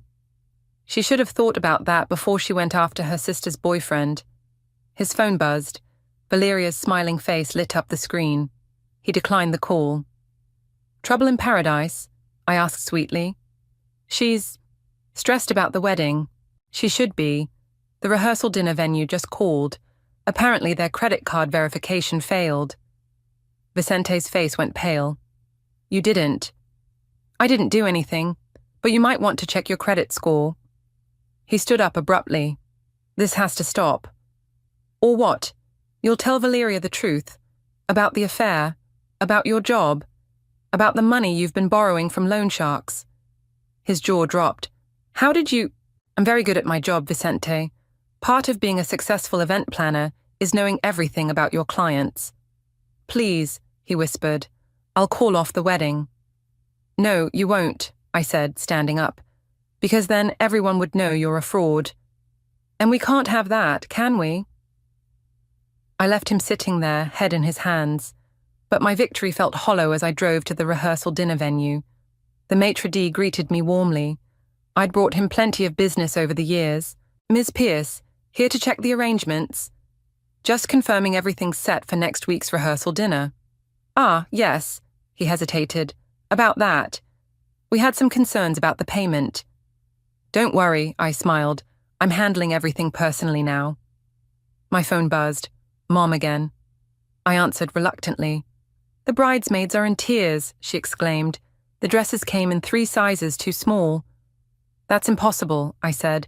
"I double-checked all the measurements myself. Well, something's wrong, and the makeup artist just cancelled." "I'll take care of it." "You better. This wedding has to be perfect." I ended the call and leaned against my car, suddenly exhausted. Eleanor's words echoed in my head. Karma works both ways. My phone buzzed again. A text from Valeria. "Can we talk? Alone?" 20 minutes later, I found her sitting on our childhood beach, looking smaller and more vulnerable than I'd seen her in years. "I'm scared," she whispered as I sat beside her. "Of what?" "Everything. Vicente's been so distant. The wedding keeps having problems. And—" She turned to me, tears in her eyes. "I don't deserve your help. Not after what I did." My heart stuttered. "What do you mean?" "I knew he was yours. I knew it was wrong. But I always wanted what you had." "So you took him?" She nodded, wiping her eyes. "I thought if I could just have this one thing, this perfect life you always seem to have, everything would finally feel right." I almost laughed. "My perfect life? You're so successful, so confident. Everyone respects you. I'm just the pretty sister, the one who takes things that don't belong to her." For a moment, I saw us as children again. Valeria always reaching for my toys, my friends, my spotlight, always needing to prove she was better. "The makeup artist didn't really cancel, did she?" she asked quietly. "No." "And the dresses? They'll be fixed by tomorrow." She nodded slowly. "You're punishing us." "Yes. We deserve it." The simple admission caught me off guard. I'd expected her to fight back, to deny everything. Instead, she just looked broken. "What do you want me to do?" she whispered. I stood up, brushing sand from my clothes. "I want you to go through with this wedding, Valeria. I want you to get exactly what you fought so hard for." As I walked away, I heard her start to cry. But for the first time since this all began, victory tasted like ashes in my mouth. The rehearsal dinner was a powder keg waiting to explode.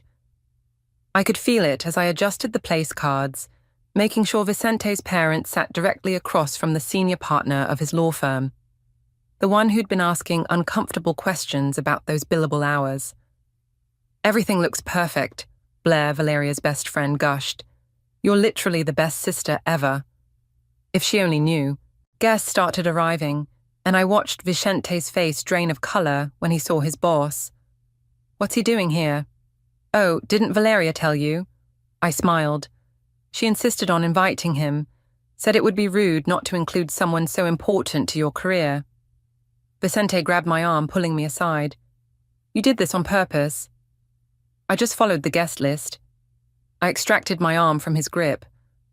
Better go say hello. He's looking this way. The evening progressed exactly as I'd orchestrated. The wine flowed freely, tongues loosened, and the carefully constructed lies began to unravel. "So, Vicente," his boss called out during the main course, "tell everyone about that big Morgan case you've been handling." Vicente choked on his wine. The one you logged 60 billable hours for last week." The table fell silent. I took a slow sip of water, watching. 60 hours? Valeria frowned. "But you were with me most of last week." "I worked from home," Vicente said quickly. "Funny," his boss continued, "because the client called yesterday. Said they hadn't heard from you in 3 weeks. More silence. I could practically hear Vicente's heart pounding. "I can explain." "I'm sure you can." His boss cut him off. "In fact, I insist you explain. In my office, Monday morning." Valeria's face had gone from confused to horrified. "Vicente, what's going on?" Before he could answer, my mother jumped in with forced cheerfulness. "Who's ready for dessert? Yolanda, help me serve." In the kitchen, Mom rounded on me. "What are you doing?" "Serving dessert, apparently." "Don't play innocent. I see what's happening here." "Do you?" I challenged. "Do you finally see what's really going on?" "I see my daughter trying to ruin her sister's happiness."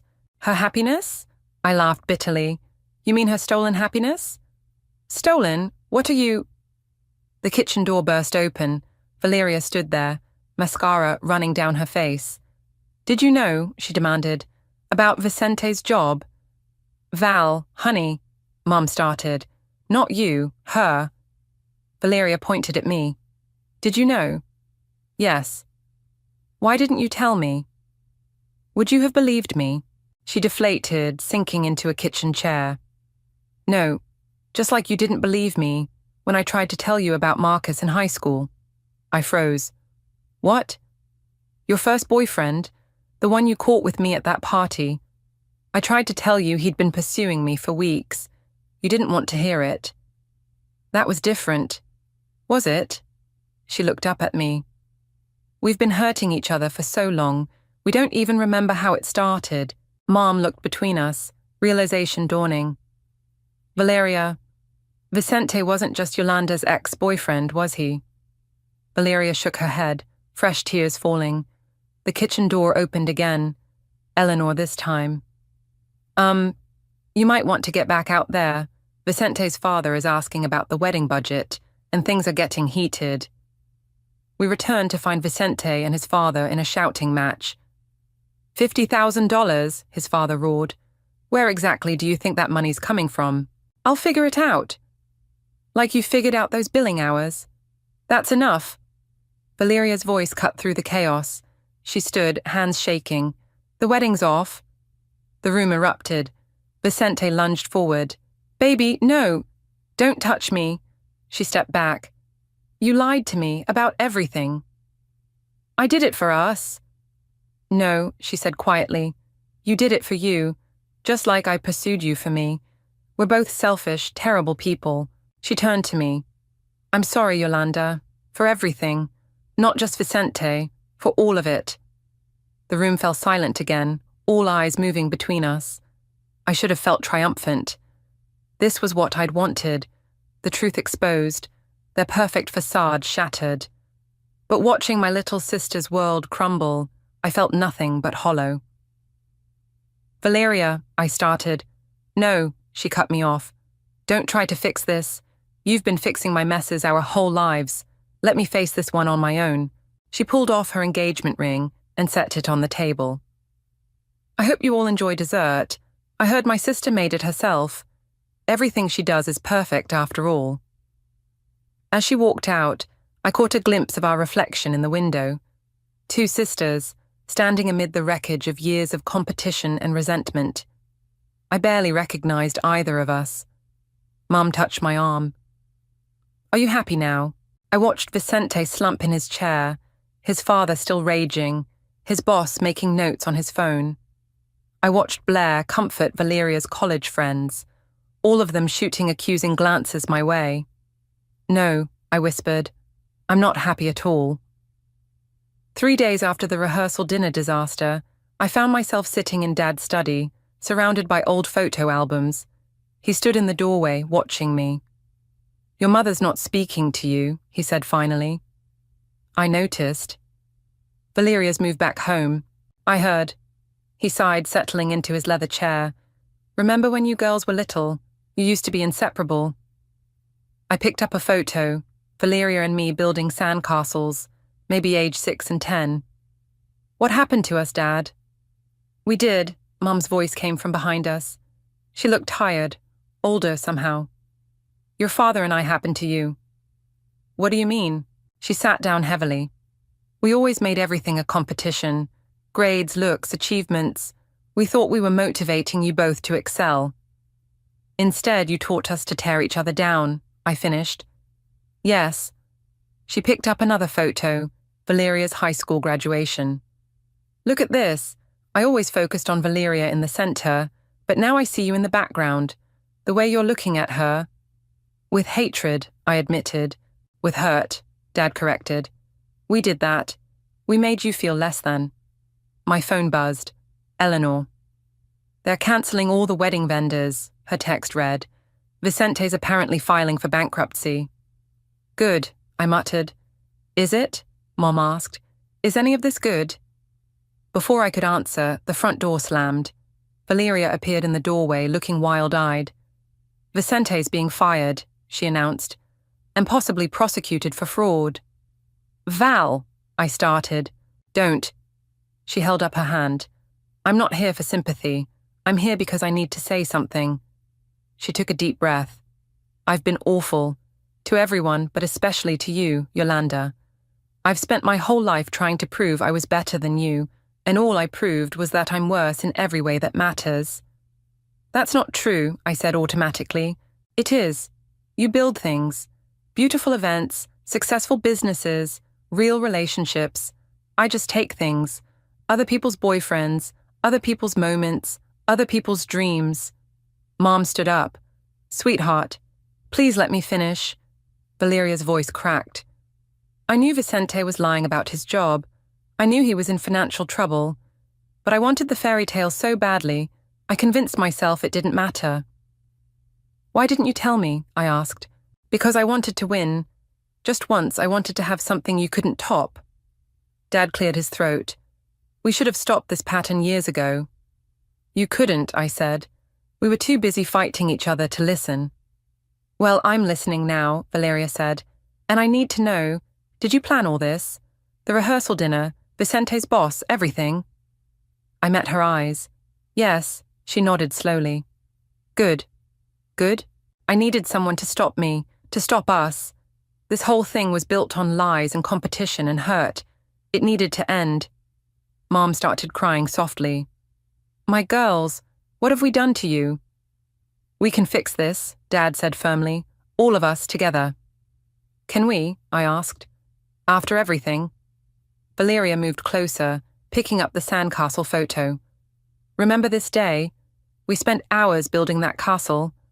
Then the tide came in. And we built another one," I remembered. "Higher up the beach. Better than the first," she added, "because we learned from our mistakes." My phone buzzed again, Vicente calling. I declined it. "He keeps trying to contact me too," Valeria said, "saying we can still make it work. And I told him the truth, that I never loved him the way you did. I just loved winning." The admission hung in the air between us. "I did love him," I said quietly, "but I think I hated you more." "I know." She reached for my hand. "Can we start over? Not as competitors, but as sisters?" Mum wiped her eyes. "It won't be easy." "Nothing worth having ever is," Dad said. I looked at Valeria, really looked at her. Behind the perfect makeup and designer clothes, I saw something I'd missed before. A scared little girl who'd spent her whole life trying to measure up to an impossible standard. Just like me. "Okay," I said finally, "but no more lies, no more competition. We deal with things honestly from now on." "Deal." Valeria squeezed my hand. "Starting with cancelling everything for this wedding. Will you help me?" "Of course, that's what sisters are for."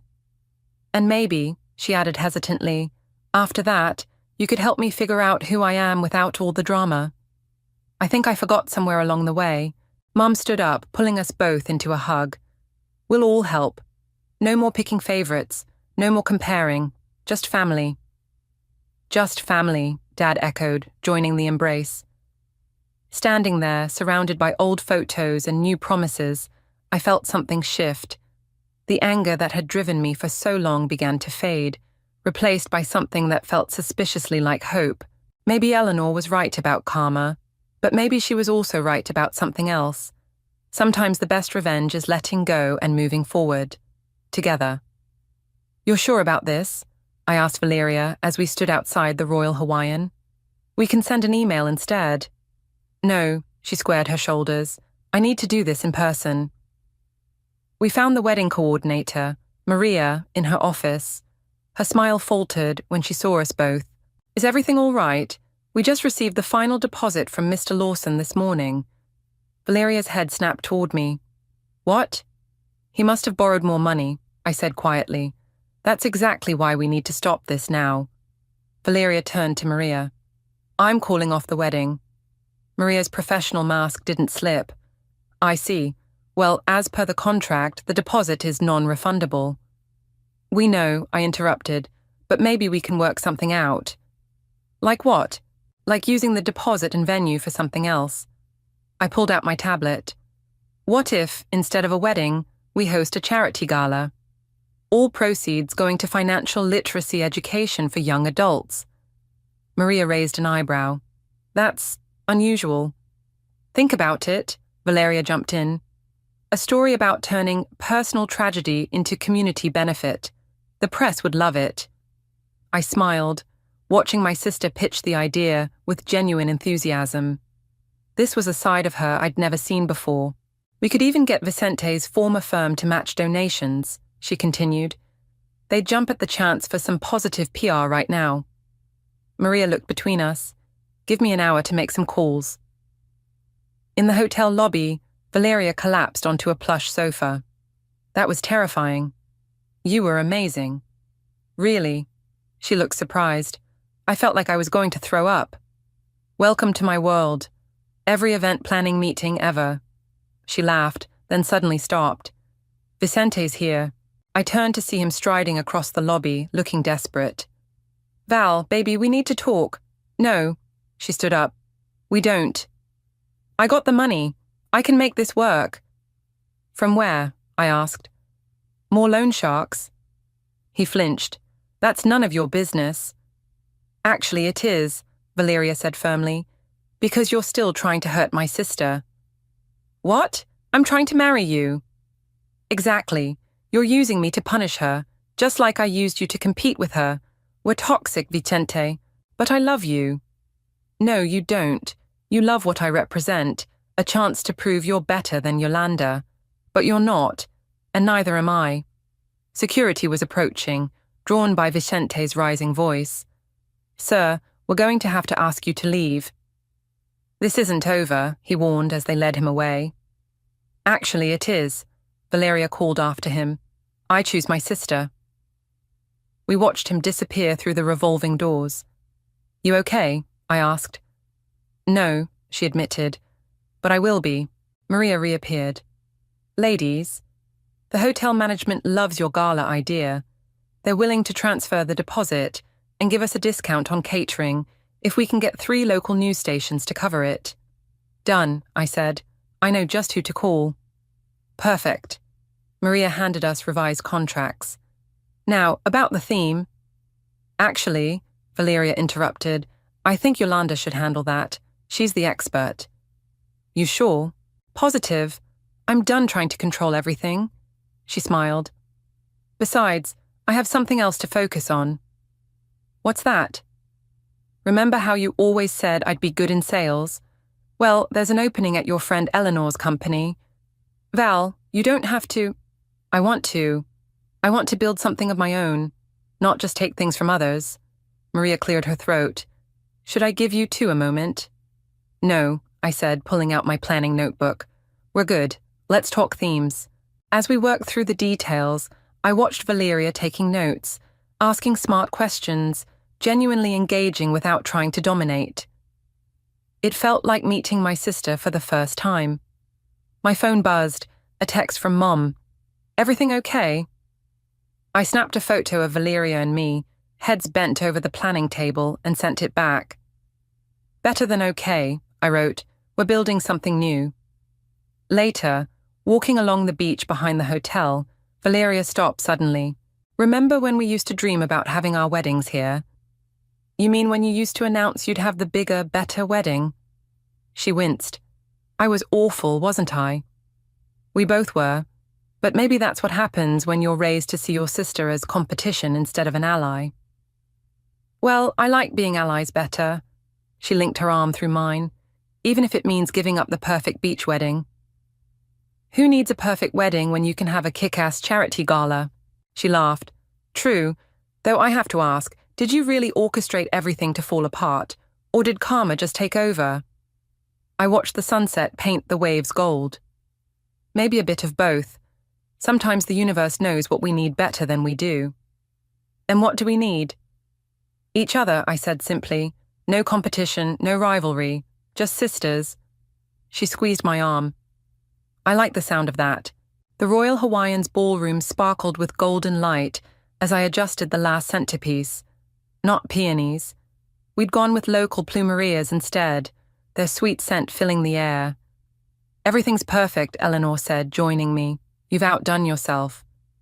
"We've outdone ourselves," I corrected, watching Valeria direct the catering staff with newfound confidence. I couldn't have done this without her. The Building Better Futures charity gala had sold out weeks ago.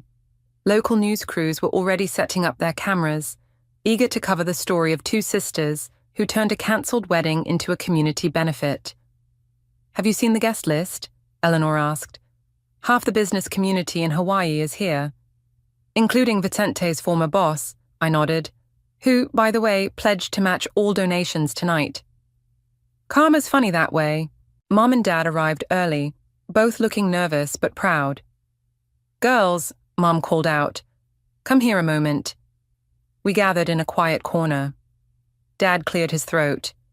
"Your mother and I have been doing some thinking, and some therapy." "Dad," Valeria laughed, "you hate therapy." "I do, but I hate what we did to you both more." He pulled out an envelope. "This was supposed to be your wedding gift, Val.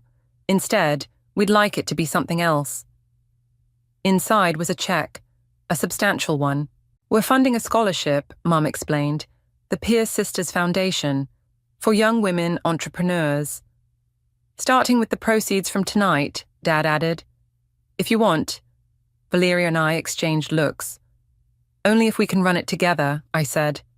"As equals," Valeria added. Mom started crying. Dad just smiled. The ballroom filled quickly. I spotted Vicente's parents slipping in quietly, heads down. They'd called Valeria yesterday, apologizing for their son's behavior and asking to support the cause. "Let them," Valeria had said. "Healing works better than hatred." Now she approached the podium, hands steady as she adjusted the microphone. "Welcome, everyone. I'm Valeria Pierce, and this was supposed to be my wedding day." The room fell silent. Instead, it's become something far more meaningful. Tonight isn't about one couple's failed relationship. It's about building bridges instead of burning them. About turning competition into cooperation. She gestured to me. My sister Yolanda taught me that. Not through lectures or criticism, but by showing me there's more power in lifting each other up than in tearing each other down. I felt tears threatening, but held them back. This was her moment. The money raised tonight will fund education programs, teaching financial literacy and entrepreneurship, because everyone deserves a chance to build their own success story. Applause filled the room. I saw Eleanor wiping her eyes, Mom and Dad holding hands, even Vicente's parents looking moved. "And now," Valeria continued, "I'd like to introduce our first success story. Starting Monday, I'll be joining Elite Marketing as their new sales director, under the mentorship of Eleanor Foster." More applause.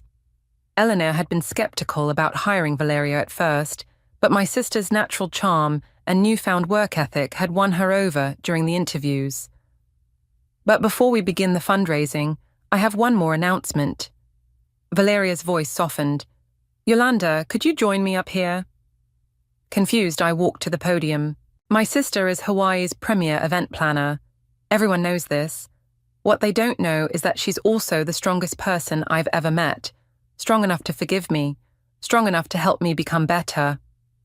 She turned to face me directly, which is why I'm announcing tonight that I'm investing my savings into becoming your business partner, if you'll have me. The room gasped. I stared at her. What? Pierce & Pierce events, she said. You handle the planning, I handle the client relations. Together. I looked out at the crowd, at all these people who'd come to support our transformation from rivals to partners, at our parents who were learning to celebrate our differences instead of comparing them, at Eleanor, who'd believed in both of us.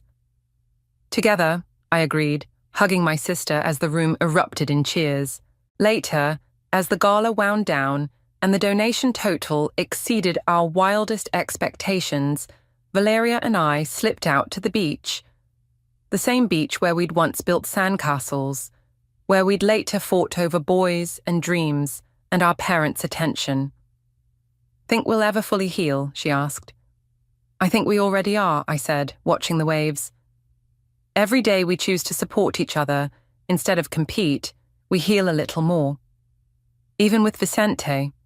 He made his choices. We made ours. She nodded, then laughed suddenly. Remember how you used to say I'd never make it on my own? Remember how you used to say I was boring and uptight? We were both wrong. We were both hurt. She took my hand. Not anymore. The night air filled with the sound of waves and distant music from the gala. Tomorrow would bring new challenges. Learning to work together, navigating our changing family dynamics, building something meaningful from the ashes of what we'd burned down. But tonight, standing hand in hand with my sister, I finally understood. Sometimes the happy ending isn't a perfect wedding or a flawless revenge. Sometimes it's simply learning to stand beside the person who once stood in your way. And that's more than enough. The silence in my world has always been absolute, but never more deafening than at tonight's family dinner. I watch my brother-in-law Adrian's lips curl into that familiar smirk as he deliberately turns away while speaking, making sure I can't read his lips. My sister Sarah notices but says nothing, pushing her food around her plate instead of meeting my eyes. I'm Stella, and I've been deaf since birth. While most people see this as a limitation, I've turned it into my superpower. My foundation has helped hundreds of deaf individuals achieve financial independence, but somehow my own family still treats me like I'm broken. So, Stella, Adrian says, finally turning to face me, exaggerating his mouth movements mockingly. Still playing with your little charity project? I sign my response while speaking clearly, knowing it irritates him when I do both. The foundation just secured $1 million grant for our financial literacy program. My mother Cassandra beams, but Adrian scoffs. Must be nice getting handouts because people feel sorry for you. The fork in my hand trembles slightly. I set it down before anyone notices. Actually, I say, my voice steady despite the rage building inside me. We earned that grant through our proven success rate. 87% of our participants have started successful businesses or secured professional positions. Walker, my boyfriend, squeezes my knee under the table. He's been learning sign language, unlike my family who never bothered. Even Sarah, my own sister, only knows basic signs despite growing up with me. Adrian makes a show of signing gibberish, his hands flailing dramatically. Look, I'm speaking deaf! He laughs, nudging Sarah, who forces a weak smile. The room grows tense. My mother clears her throat. Adrian, that's enough. But he's not done. Come on, it's just a joke. Stella knows I'm kidding, right? She can take a joke, even if she can't take a phone call. Walker starts to stand, but I touch his arm. This is my battle. You know what's funny, Adrian? I sign and speak, my voice carrying an edge I rarely allow. I may be deaf, but I can still hear the insecurity in your mockery. How's your investment firm doing? Still recovering from that SEC investigation? The color drains from his face. Sarah gasps. That's enough! My mother interrupts, her hands shaking as she reaches for her wine glass. Can we please have one peaceful dinner? I stand up, my chair scraping against the hardwood floor. I think I'm done here. Walker? As we gather our things, Dean, my closest friend and tech advisor at the foundation, texts me. Meeting tomorrow, breakthrough with the neural interface project. You need to see this. Stella, don't go, Sarah calls after me, but I'm already heading for the door. In the car, Walker signs, You okay? I shake my head. Watching the streetlights blur through tears I refuse to let fall. I'm done being the family joke. Done being underestimated. Done being treated like a child who needs protection rather than an adult who runs a successful foundation. Walker's expression shifts from concern to curiosity. What are you thinking? I pull out my phone and show him Dean's text. Remember that experimental technology we've been developing? The one that simulates the deaf experience for hearing people? He nods slowly, a smile spreading across his face, as he realizes where I'm going with this.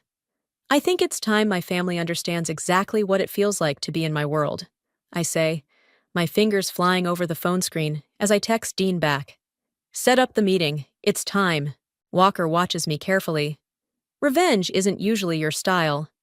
This isn't just revenge, I reply, both signing and speaking out of habit. It's education. Sometimes people need to experience something to understand it. And my family? They're long overdue for a lesson in empathy.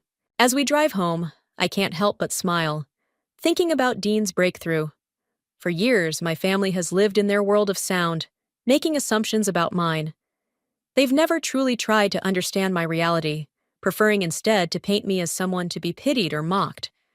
But soon, very soon, they'll understand what it means to live in my world. And maybe, just maybe, they'll finally see me for who I really am. Not despite my deafness, but because of everything I've achieved with it. My phone buzzes again. It's Dean.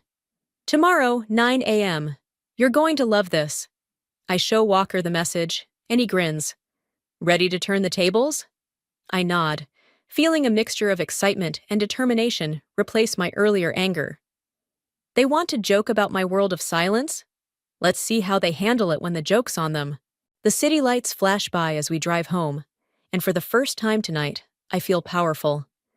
Adrian's mockery, Sarah's passive acceptance, my mother's enabling, they've all pushed me to this moment.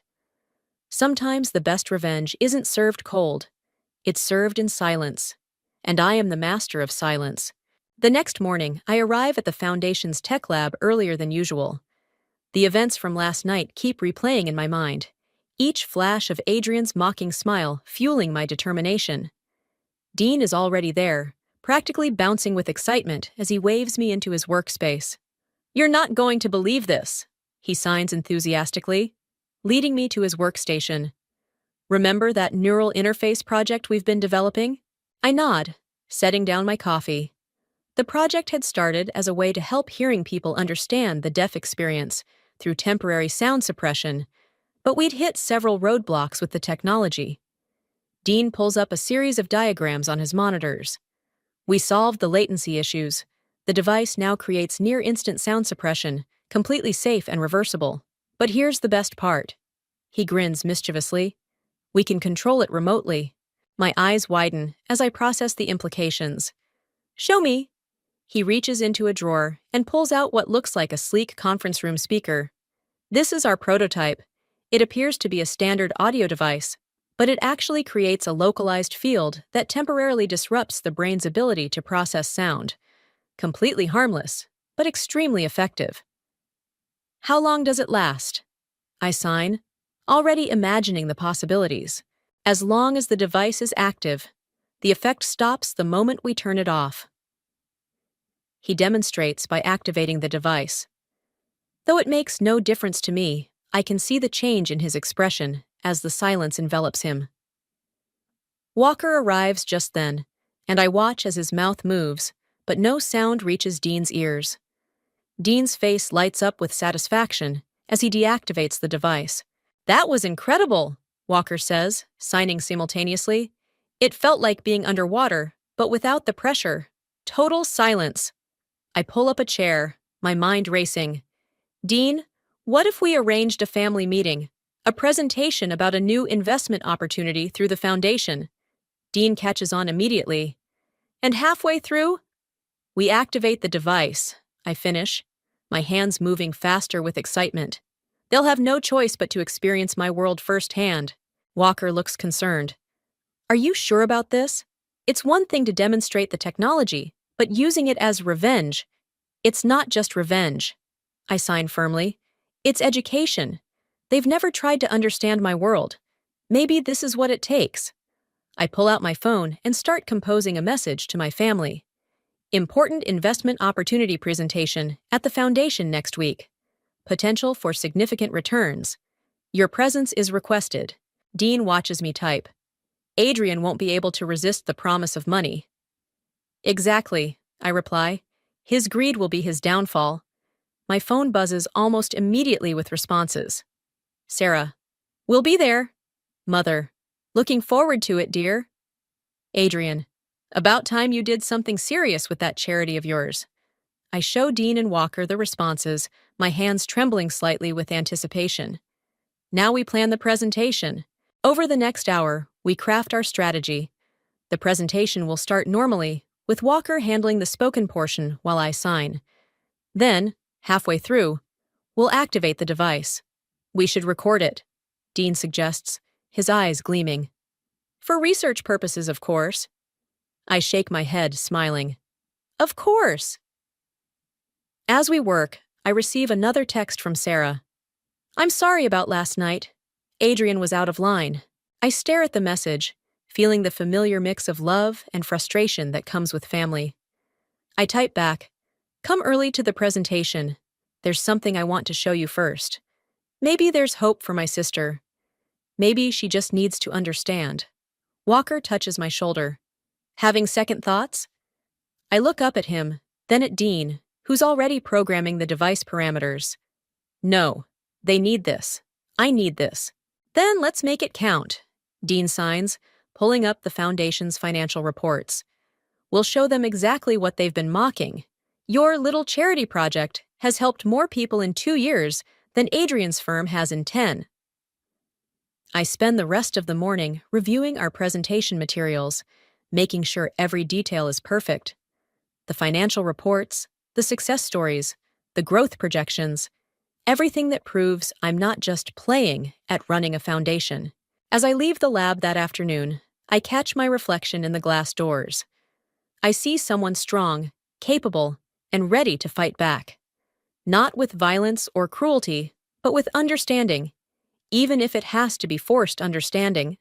My phone buzzes again. It's Adrian. Better make this worth my time, sis. Some of us have real jobs to get back to. I smile, thinking of the silence that awaits him. Oh, it will be worth every second, I type back. I promise you won't forget this presentation. Dean sends me one final message before I head home. Device tested and ready. Operation Silence is go. For the first time since last night's dinner, I feel truly peaceful. Soon they'll understand. Soon they'll know what it means to live in my world.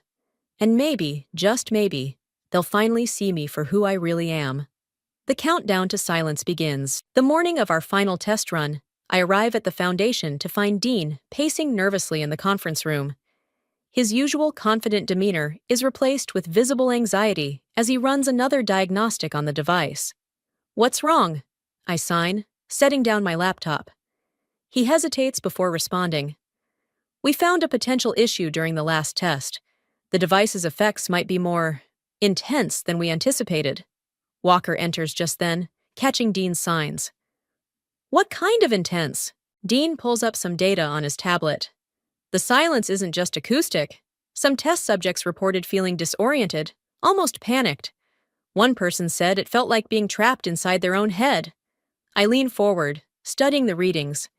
Is it dangerous? No, Dean signs quickly. Just overwhelming for people who've never experienced anything like it, and... He pauses, looking uncomfortable. There's something else. The effect radius is larger than we thought. Anyone in the room will be affected, including Walker. Walker shrugs. I can handle it. I've been practicing sign language anyway. That's not all, Dean continues. Once activated, we can't selectively turn it off for individual people. It's all or nothing. I sit back, considering the implications. This could complicate things, especially if someone panics. How long until the presentation? 3 days, Walker signs. Sarah's coming early tomorrow for your private meeting. I nod, remembering my promise to show her something first. Maybe this is an opportunity. Let's do a full test now. I need to know exactly what they'll experience. Dean sets up the device while Walker positions himself at different points in the room. I watch as Dean activates it, observing Walker's reaction carefully. The change is immediate. Walker's eyes widen, and his hand instinctively goes to his ear. He takes a few unsteady steps, then signs. This is intense. More than before. Dean starts a timer. Try walking around, talking, anything you'd normally do. Walker attempts to speak, but I can see the frustration on his face as he can't hear his own voice. He switches to signing. It's disorienting, like being underwater, but worse. I feel isolated. Welcome to my world, I sign, a mix of emotions washing over me. After 5 minutes, Dean deactivates the device. Walker takes a deep breath, looking shaken. That was powerful. Maybe too powerful for your family to handle. They need to understand, I sign firmly. This is what they've been mocking. This is what they've dismissed. Dean interjects, but what if someone has a panic attack? What if Adrian makes a scene? I hadn't considered that. Adrian's temper is legendary, and being suddenly thrust into silence might trigger something ugly. We'll need a backup plan. We spend the next hour developing safety protocols. Dean programs a kill switch that can be activated from multiple devices. Walker suggests having printed cards explaining what's happening, just in case. My phone buzzes. A text from Sarah. About tomorrow. Can I bring Mom too? She wants to talk. I show the message to Walker and Dean. This changes things. Or makes them better, Walker signs. Your mom's more reasonable than Adrian. Maybe having her understand first would help. I think about my mother's face at dinner, her weak attempts to stop Adrian's mockery. Maybe Walker's right. Okay, I text back. Bring her. Dean runs another diagnostic.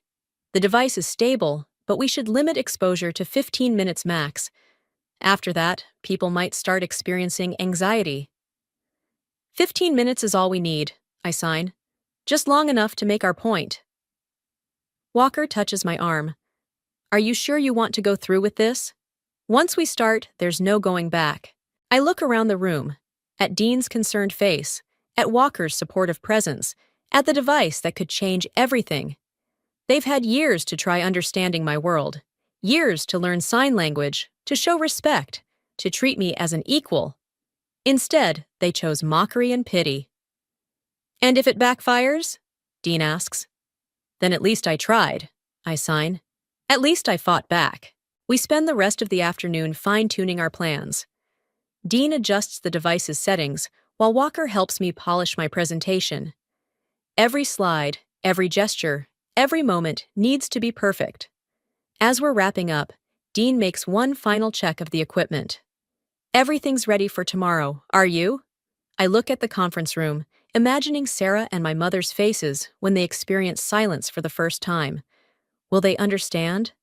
Will they finally see? I'm ready, I sign. Tomorrow, we start changing minds. Walker hugs me goodbye, signing, Be careful. Remember, they're still your family. I watch them leave, then stand alone in the conference room. The device sits innocently on the table, looking like nothing more than a standard piece of office equipment. But tomorrow, it becomes something more. A bridge between two worlds, or maybe a weapon of understanding. My phone lights up with a final text from Sarah. See you tomorrow, sis. Love you. I touch the screen gently. Love you too, I type back, hoping that after tomorrow, those words will mean more than they ever have before. Sarah arrives first, our mother trailing behind her, with an anxious expression I know all too well. The conference room feels smaller somehow, more intimate, as they take their seats across from me. Before we start, Sarah speaks and signs clumsily, a surprise that makes my heart skip. I've been practicing, a little. Mom nods. We both have. YouTube tutorials. I keep my face neutral, even as emotion threatens to overwhelm me. Why now? That dinner. Sarah looks down at her hands. The way Adrian behaved. I saw your face, Stella. Really saw it, maybe for the first time.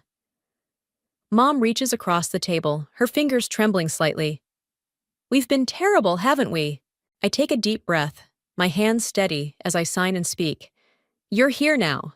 That's something. I glance at the device sitting innocently on the table. I want to show you something we've been developing. Dean enters right on cue, tablet in hand. He greets them warmly while setting up the equipment, his movements deliberate and practiced. This technology, I explain, allows hearing people to experience the world as I do. Would you be willing to try it? Sarah's eyes widen. You mean complete silence? For just a few minutes, I assure them. It's completely safe. Mom hesitates. Will it hurt? Dean steps in, his manner professional and reassuring. Not at all. It's temporary and reversible. Think of it as stepping into Stella's shoes for a moment. They exchange glances, then nod. I feel a surge of respect for their courage. Ready? I ask. Wait, Sarah says quickly. I need to tell you something first. She glances at Mom, who gives her an encouraging nod. Adrian, he's been having trouble at work. The firm's losing clients. He's taking it out on everyone, not just you. I'm not excusing his behavior, but he's scared, Mom finishes. And doing what scared, insecure people do, lashing out. This information settles in my chest, not quite changing my plans, but adding a new layer to consider. Thank you for telling me. Dean activates the device. The change in their expressions is immediate. Sarah's hand flies to her throat as she tries to speak, her eyes growing wide when she can't hear her own voice. Mom grips the table edge, looking around wildly. I wait 30 seconds, letting them adjust to the silence, then begin signing. This is my world. Every day, every moment. Sarah attempts to speak, then frustratedly switches to her basic signs. How do you... Her hands shake as she struggles to find the right gestures. Mom just watches, tears streaming down her face. I continue signing, speaking for Dean's benefit. I'm not broken. I'm not limited. I'm just experiencing life differently than you do. But instead of trying to understand my world, you've expected me to adapt completely to yours. After 3 minutes, I see the panic starting to set in. Sarah's breathing becomes rapid, and Mom closes her eyes tightly. I nod to Dean, who deactivates the device. The return of sound hits them like a physical force. Sarah gasps, and Mom lets out a small sob. That was 3 minutes, I sign and say quietly. I've lived this way for 35 years. Oh, Stella, Sarah's voice breaks. I had no idea. No idea at all. Mom wipes her eyes. How do you do it? How do you stay so strong? Because I had to be, I respond. Because the world doesn't stop just because you can't hear it. Sarah stands abruptly, circling the table to hug me. I'm so sorry for everything, for not learning to sign properly, for letting Adrian... I pull back, meeting her eyes. The presentation next week. Adrian needs to experience this too. He won't handle it well, Sarah warns. You know how he is about being in control. That's exactly why he needs it, Mom says, surprising me. He needs to understand he's not always the most powerful person in the room. Dean clears his throat. The full presentation will be longer, 15 minutes of silence. Sarah's eyes widen. 15 minutes? We could barely handle 3. That's the point, I sign. Sometimes understanding requires discomfort. Mom reaches for my hand. We'll support you, whatever happens. Even if Adrian reacts badly? I ask. Sarah's expression hardens. Especially then, it's time someone stood up to him. As they prepare to leave, Sarah turns back. That investment opportunity you mentioned in your message. I smile. That's real too. The foundation is expanding. We're offering family members a chance to invest, if they prove they understand our mission. Mom laughs softly. Clever girl, using Adrian's greed against him. After they leave, Dean turns to me. That went better than expected. I nod, watching through the window as my mother and sister walk to their car, heads bent close together in conversation. Maybe there's hope after all. But as I gather my things, Adrian's angry face flashes in my mind. The real test is still to come, and something tells me it won't be nearly as peaceful as today's revelation. My phone buzzes. A text from Adrian. Looking forward to seeing what your little charity can do. Don't disappoint me. I smile grimly. Oh, Adrian. You have no idea what's coming. The day of the presentation arrives, with a tension that feels electric. Adrian strides into the conference room 10 minutes late, his expensive suit and confident smirk a stark contrast to Sarah's nervous energy and Mom's cautious demeanor. Walker stands beside me at the front of the room, while Dean sits near the device, appearing to take notes on his tablet. Let's make this quick, Adrian announces, loosening his tie. Some of us have real meetings to attend. I catch Sarah's eye as she winces at his words. She signs a subtle sorry when Adrian isn't looking. Thank you all for coming, I sign and speak, watching Adrian's eyes roll at my dual communication. Today's presentation is about more than just an investment opportunity. It's about understanding. Walker begins the slideshow, highlighting the foundation's achievements. I notice Mom leaning forward, genuinely interested, while Adrian checks his phone under the table. Our foundation has achieved a 90% success rate in employment placement, Walker explains, pointing to the graphs. We've helped launch over 50 successful businesses owned by deaf entrepreneurs. Adrian scoffs. Impressive for a charity case, I suppose. That's my cue. I nod slightly to Dean, who activates the device. The change is instantaneous. Adrian's smug expression freezes as the silence descends. He shakes his head, as if trying to clear water from his ears. Sarah and Mom, knowing what's coming, sit very still, though I can see them bracing themselves. I continue signing, but now Walker stops speaking. The only sound in the room is the soft hum of the air conditioning. Not that they can hear it anymore. Adrian's face reddens. He opens his mouth to speak, but the silence that greets his own voice makes him jerk back in his chair.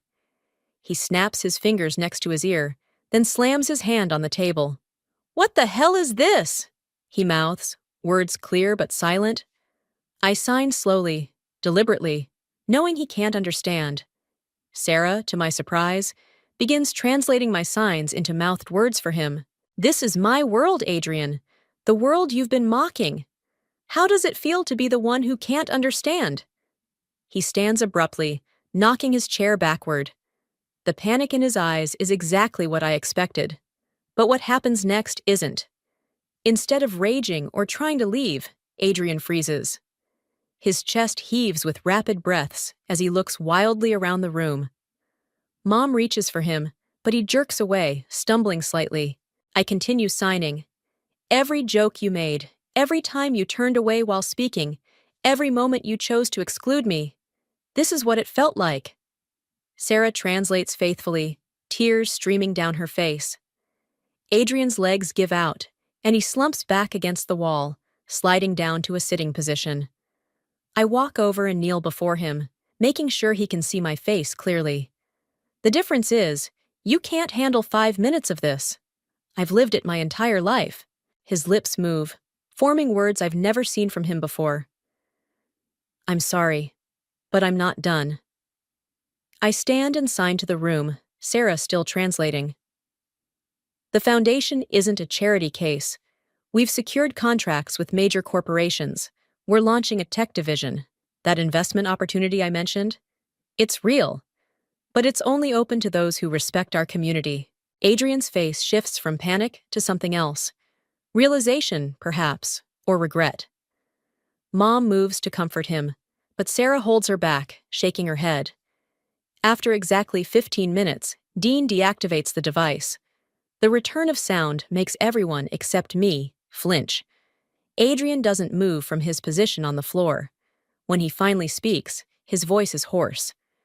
How do you live like that? I live like that because I have no choice, I respond, both signing and speaking. The question is, how will you live, knowing what you know now?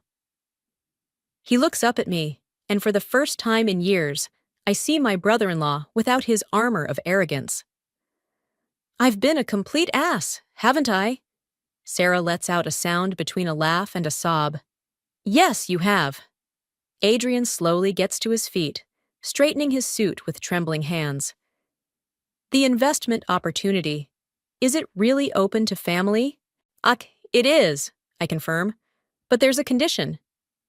Sign language lessons, he says before I can continue. I'll do it. I'll learn. I promise. I study his face, looking for any trace of his usual mockery. Instead, I find something I've never seen before: respect. The lessons start next week, I sign and speak. Don't be late. He nods, then turns to Sarah. Can we go? I need some air. As they leave, Mom hugs me tightly. You're incredible, you know that? Dean powers down the device while Walker collects the presentation materials. That went better than we expected, Walker signs. I watch through the window as Adrian leans against his car, head in his hands, while Sarah rubs his back. The sight doesn't fill me with the satisfaction I'd imagined. Instead, I feel something else. Hope. My phone buzzes with a text from Adrian. I'll never understand completely, but I want to try. Thank you for showing me. Sometimes, I realize, revenge isn't about destroying someone. Sometimes, it's about rebuilding them into something better. 1 week after the presentation, I sit in my office reviewing investment documents when a knock at the door makes me look up. Adrian stands there, looking uncomfortable in casual clothes instead of his usual suit. Sarah's beside him, beaming. We're early for the first lesson, she signs and speaks. Her signing has improved dramatically in just a week. Adrian clears his throat. I brought coffee for everyone. He holds up a carrier with 4 cups. I remembered you like caramel macchiatos. I hide my surprise. I didn't even know he paid attention to my coffee preferences. Dean pokes his head in. Ready for the lesson? He spots the coffee. Oh, perfect timing. We gather in the conference room, the same one where everything changed a week ago. Adrian keeps glancing at the spot where he'd collapsed against the wall. Before we start, he says, hands fidgeting, I need to show you something. He pulls out his phone and opens a video. It's him, practicing basic signs. The timestamp shows 3 a.m. I've been watching tutorials every night, he admits. I know it's not much, but... He attempts to sign along as he speaks. Hello? My name is Adrian. I am learning. His movements are clumsy, but the effort is genuine. Sarah wipes away tears, while Dean gives an approving nod. That's actually not bad, I sign and speak. But your hand position for learning needs adjustment. Adrian's face lights up at the praise. Show me. For the next hour, we work on basic greetings and introductions. Adrian's intensity surprises me. He takes notes, asks questions, and practices each sign until his fingers cooperate. During a break, he turns to me. I've been thinking about the investment opportunity. Here it comes, I think. The real reason for his sudden interest. I want to invest, he continues. But not just money. I want to help expand the program. My firm has connections with major corporations. What if we created a job placement program specifically for deaf professionals in the financial sector? I stare at him, searching for any trace of his old condescension. There isn't any. Why? I ask directly. He sets down his coffee. Because I was wrong, dead wrong. What you've built here. He gestures around the foundation's offices. It's not a charity, it's a revolution, and I want to be part of it. Sarah reaches for his hand, squeezing it proudly. There's more, Adrian continues. attempting to sign what he can. I've scheduled a meeting with my firm's board. I want to present your foundation's work to them, but he looks uncertain. I'd like you to use the device during the presentation. Dean, who's been quietly observing, sits up straighter. You want to subject your board to the silence? Adrian nods. They need to understand, like I did. Will you help me? I study my brother-in-law's face. A week ago, he was mocking my little charity project. Now he's practicing signs at 3 a.m. and planning corporate partnerships. The board won't like it, I warn him. Good, he replies firmly. They need to be uncomfortable. Change doesn't happen in comfort zones. You taught me that. Dean pulls up the foundation's calendar on his tablet. When's the board meeting? Next Thursday, Adrian says. I've already reserved 2 hours. That's enough time, right? I nod slowly, still processing this transformation. You understand this could affect your position at the firm? He laughs, a genuine sound I've rarely heard from him. Stella, after experiencing those 15 minutes of silence, I realized something. My position means nothing if I'm not using it for something worthwhile. Sarah beams at him, then signs perfectly. I'm proud of you. Adrian attempts to sign back. Thank you. His fingers fumble, but the intention is clear. One condition, I say, both signing and speaking. You continue the lessons, twice a week. Make it 3 times. He counters. I need to be fluent before the board meeting. I want to present part of it in sign language. Dean whistles low. That's ambitious. I'm a fast learner, Adrian says, then adds in careful signs, when I want to be. As we resume the lesson, I watch Adrian practice basic business terms with fierce determination. The same intensity he once used to mock my world, he now uses to understand it. My phone buzzes, a text from Walker. How's it going with Adrian? I glance at my brother-in-law, who's making Sarah laugh with his exaggerated facial expressions as he practices emotional signs. Come see for yourself, I text back. You won't believe it. Adrian catches my eye. Everything okay? I nod, signing. Everything is better than okay? He grins and signs back slowly, carefully. Family is better than money. And for the first time since I can remember, I believe him. The board meeting arrives faster than any of us expected. I stand outside the firm's imposing conference room, watching through the glass as Adrian sets up our presentation materials. His hands shake slightly as he arranges the papers, but his face shows determination. Dean checks the device one last time. Ready? I nod, adjusting my blazer. Walker squeezes my shoulder supportively. They're all here, Adrian signs. His movements now fluid after 3 weeks of intensive practice. Time to change some minds. We enter the room to face 12 stern-faced board members. Their expressions range from mild curiosity to obvious skepticism. Ladies and gentlemen, Adrian begins, standing tall, I've brought something revolutionary to share today. He glances at me, then continues both speaking and signing. This is my sister-in-law, Stella. She's about to show you the future of inclusive business. One board member, a silver-haired man with an expensive watch, checks his phone dismissively.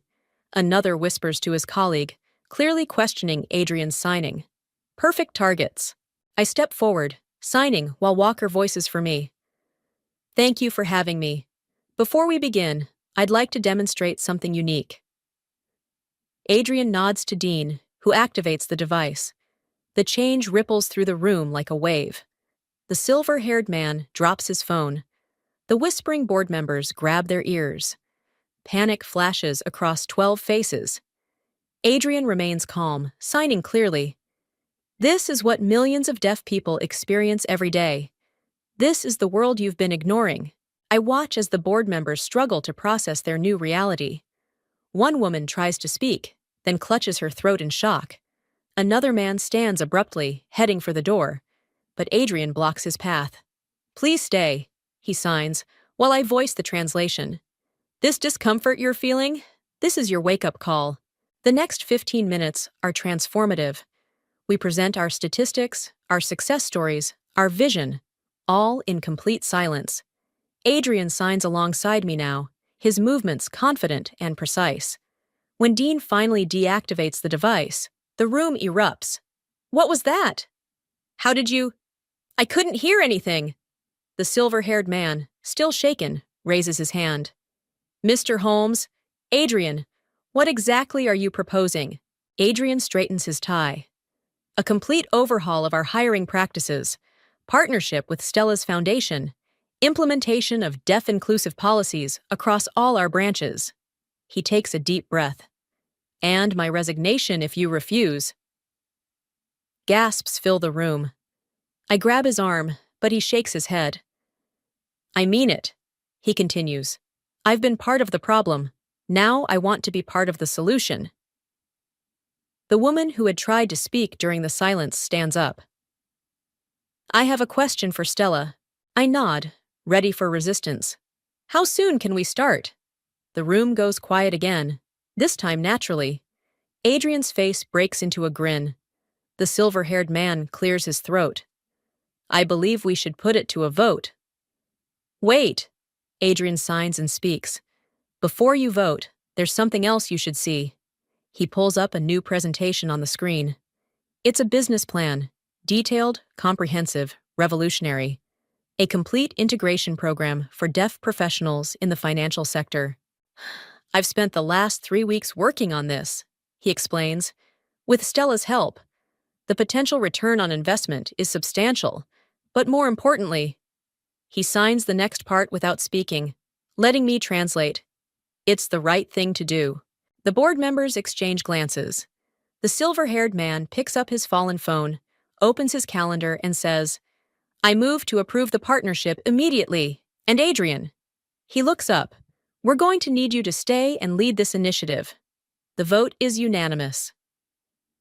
As the board members file out, many stopping to shake my hand or attempt basic signs they've looked up on their phones, Adrian turns to me. "Thank you," he signs, his eyes suspiciously bright. "For not giving up on me." Sarah bursts into the room. She'd been waiting anxiously outside. "Well?" Adrian sweeps her into a hug. "We did it." Dean packs up the device, grinning. "Not bad for a little charity project, huh?" I watch my family celebrate, Adrian teaching the basic sign for success to the lingering board members, Sarah hugging everyone in sight, Walker documenting everything for the Foundation's records. The silver-haired man approaches me one last time. "Ms. Douglas, would you be willing to schedule another demonstration for our other branches?" I smile, signing as Walker translates. "Absolutely, but next time, let's make it 30 minutes. He pales slightly, but nods. "Whatever it takes." As we leave the building, Adrian stops me in the lobby. "Dinner tonight? The whole family? I'm buying." "Only if you order in sign language," I tease. He grins. Challenge accepted. Looking at him now, proud, humble, changed, I realize my revenge didn't destroy him after all. It rebuilt him, rebuilt us all. My phone buzzes with a group text from Mom. "So proud of both my children today. Love speaks in all languages." Adrian peers over my shoulder at the message and signs, perfectly. "Family is better than money." This time, I sign back. "Family is everything." The autumn breeze carries the scent of coffee as I approach our usual meeting spot. Through the cafe window, I see them all already gathered. Adrian practicing signs with Sarah, Mom attempting to teach Walker some old family signs she'd remembered, and Dean setting up his laptop for our weekly Foundation update. My heart swells at the sight. This is what victory looks like. The bell chimes as I enter. Everyone turns and signs "Good morning" in perfect unison, a little inside joke we've developed. "Sorry I'm late," I sign, settling into my seat. The interview ran long. "How'd it go?" Adrian asks, both signing and speaking, a habit he's maintained even after becoming fluent in sign language. I pull out my tablet and show them the news article that just went live. Major financial firm leads revolution in deaf employment. Over 100 deaf professionals hired in first quarter. Sarah squeals and hugs Adrian, who looks both proud and embarrassed. "That's not all," I continue. "Show them, Dean." Dean turns his laptop around, displaying the Foundation's latest statistics. The numbers tell a story even better than we'd hoped. Employment rates up 300%, corporate partnerships doubled, and waiting lists for our programs growing daily.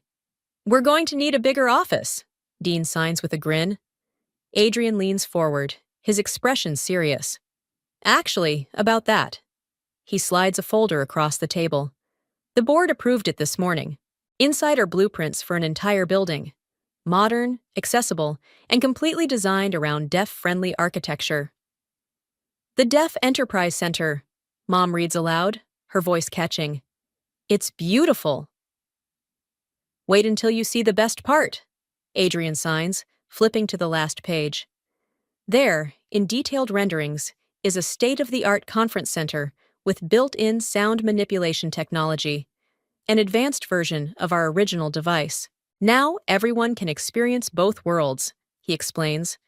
"Hearing people can understand silence, and with new audio enhancement features, some deaf people might experience sound in their own way." Walker studies the plans. "This is incredible, but the cost? Already covered," Adrian signs. "Every board member invested personally. Turns out 15 minutes of silence can really open both minds and wallets."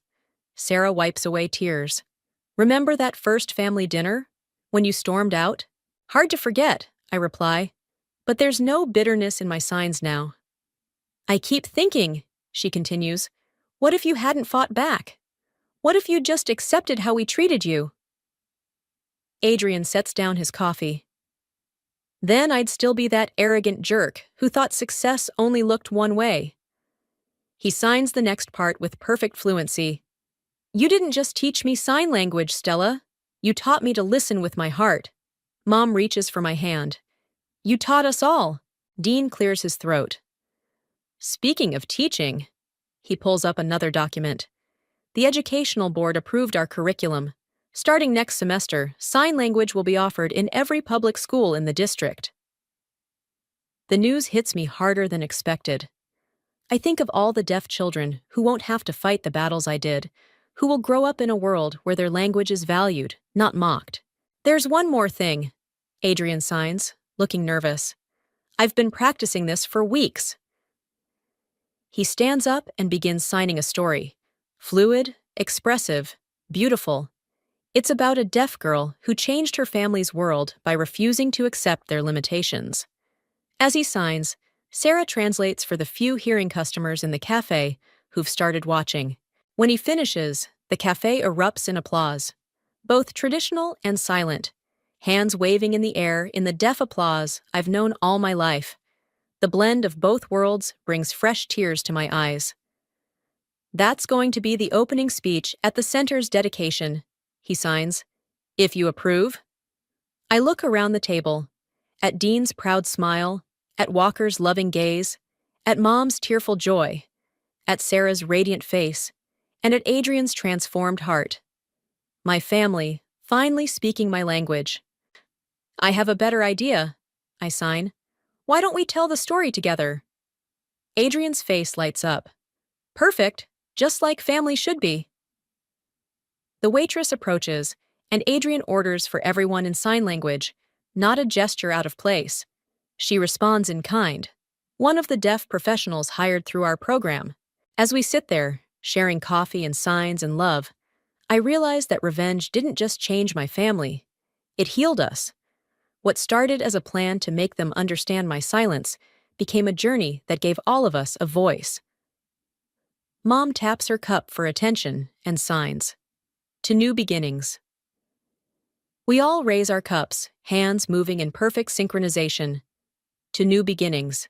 And in that moment, in the blend of silence and sound, signs and speech, past and future, I know that sometimes the best revenge isn't about getting even. It's about getting better. Together. The heavy silence at our family dinner table felt like a physical weight pressing down on my chest. My mother's trembling hands as she served her signature gumbo said more than words ever could. I knew something was wrong the moment I walked through their door in the Garden District, but nothing could have prepared me for what came next. I'm Alana, and until that night, I thought I had everything figured out. My Creole restaurant, Magnolia's, had finally started turning a real profit after 3 years of blood, sweat, and endless bowls of seafood étouffée. But family has a way of turning your world upside down when you least expect it. "Julian's in trouble," Dad said, his voice barely above a whisper. He hadn't touched his food, which was the first real warning sign. "Big trouble." My younger brother sat at the far end of the table, head bowed, looking smaller than I'd ever seen him.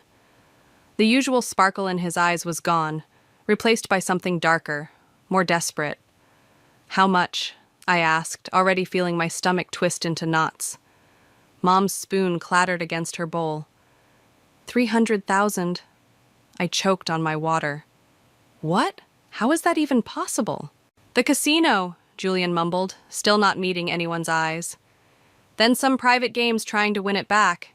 It got away from me." "Got away from you?" I repeated, my voice rising. "Julian, that's more than just getting away from you. We know it's a lot," Mom cut in, reaching across to pat my hand. "But we figured out a solution." She smiled that smile she always used when she was about to ask for something impossible. "Your restaurant is doing so well now, honey. If you sold it—" "No." The word shot out of my mouth before she could finish. "No way." "Alana, please." Dad leaned forward. "These aren't the kind of people Julian can negotiate with. They've already threatened. So I should give up everything I've worked for because he couldn't control himself?" The words came out harsher than I intended, but the fear and anger were mixing together, making it hard to think straight. Julian finally looked up. "I didn't ask for this, Alana. I didn't want—" "What did you think would happen?" I pushed my chair back, standing up. "Did you think the money would just magically appear?" "We're family," Mom said firmly. "Family helps family. Your father and I have already agreed to remortgage the house, but it's not enough. The restaurant would cover the rest." I looked around at their faces, Mom's desperate pleading, Dad's quiet resignation, Julian's shame. My hands were shaking now, too. "That restaurant isn't just some asset to sell off. It's everything I am. Every recipe I perfected, every late night I worked, every dollar I saved. I built it from nothing." "And you can build another one," Mom insisted. "Julian's life could be in danger." "His life is in danger because of his choices," I said, my voice breaking. "I love you all, but I can't set myself on fire to keep him warm. Not this time." The silence that followed was deafening. Mom's face crumpled, and Dad looked away. Julian stood up so suddenly his chair fell backward. "Thanks for nothing," he spat, storming out of the dining room. The front door slammed moments later. "I hope you're happy," Mom said, tears streaming down her face. "Your brother needs you, and you're choosing a building over family." "That's not fair," I whispered, but the words felt hollow. "I'll help however I can, but I won't destroy my life to fix his mistakes. Not again." I grabbed my purse and headed for the door, pausing only when Dad called my name. "Alana," he said softly, "we're just trying to protect him." "I know, Dad." I turned back one last time. But who's protecting me? The warm New Orleans night air hit me as I stepped outside, carrying the sweet scent of jasmine and the distant sound of jazz from the French Quarter. My phone buzzed, a message from Sasha asking how dinner went. I couldn't bring myself to respond yet. Instead, I drove straight to Magnolia's. The restaurant was closed on Sundays, but I needed to be there, needed to remind myself why I couldn't give in. I unlocked the door and stepped into the dark dining room, running my hand along the smooth wooden tables I'd refinished myself. The kitchen still smelled of today's lunch service, cayenne and garlic, seafood stock, and dark roux. This was my home, my dream, my future. How could they ask me to give it up? My phone buzzed again. This time it was Julian. "You'll regret this." I stared at the message until the screen went dark, then sank into one of the dining chairs. Maybe I would regret it. Maybe I was being selfish. But as I sat there in my empty restaurant, I knew one thing for certain. This was going to change everything. Sleep wasn't coming easy these days.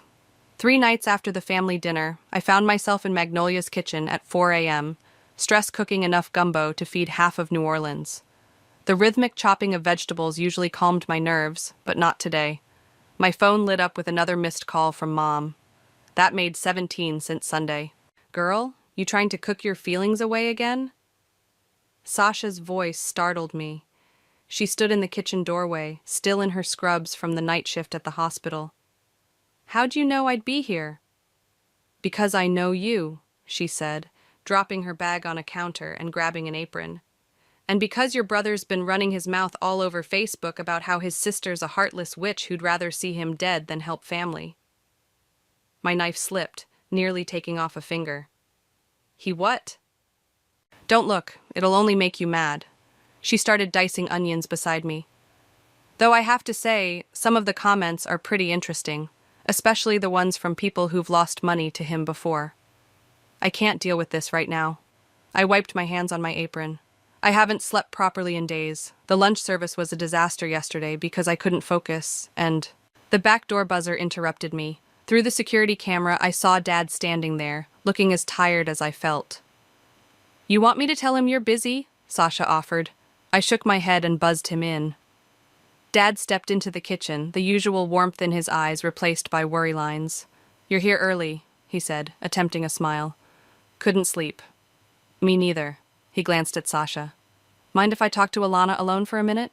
Sasha squeezed my arm before heading to the dining room, leaving me alone with Dad and my half-chopped vegetables. How's Julian? I asked, more to break the silence than anything else. That's actually why I'm here. Dad leaned against the prep table. Something strange happened last night. The casino, they suddenly dropped half his debt. My hands froze mid-chop. What? How is that possible? They said there were some irregularities in the games he played. Wouldn't give details, but he ran a hand through his gray hair. It's still a lot of money, but not as impossible as before. That's good news, right? It should be. Dad's expression darkened.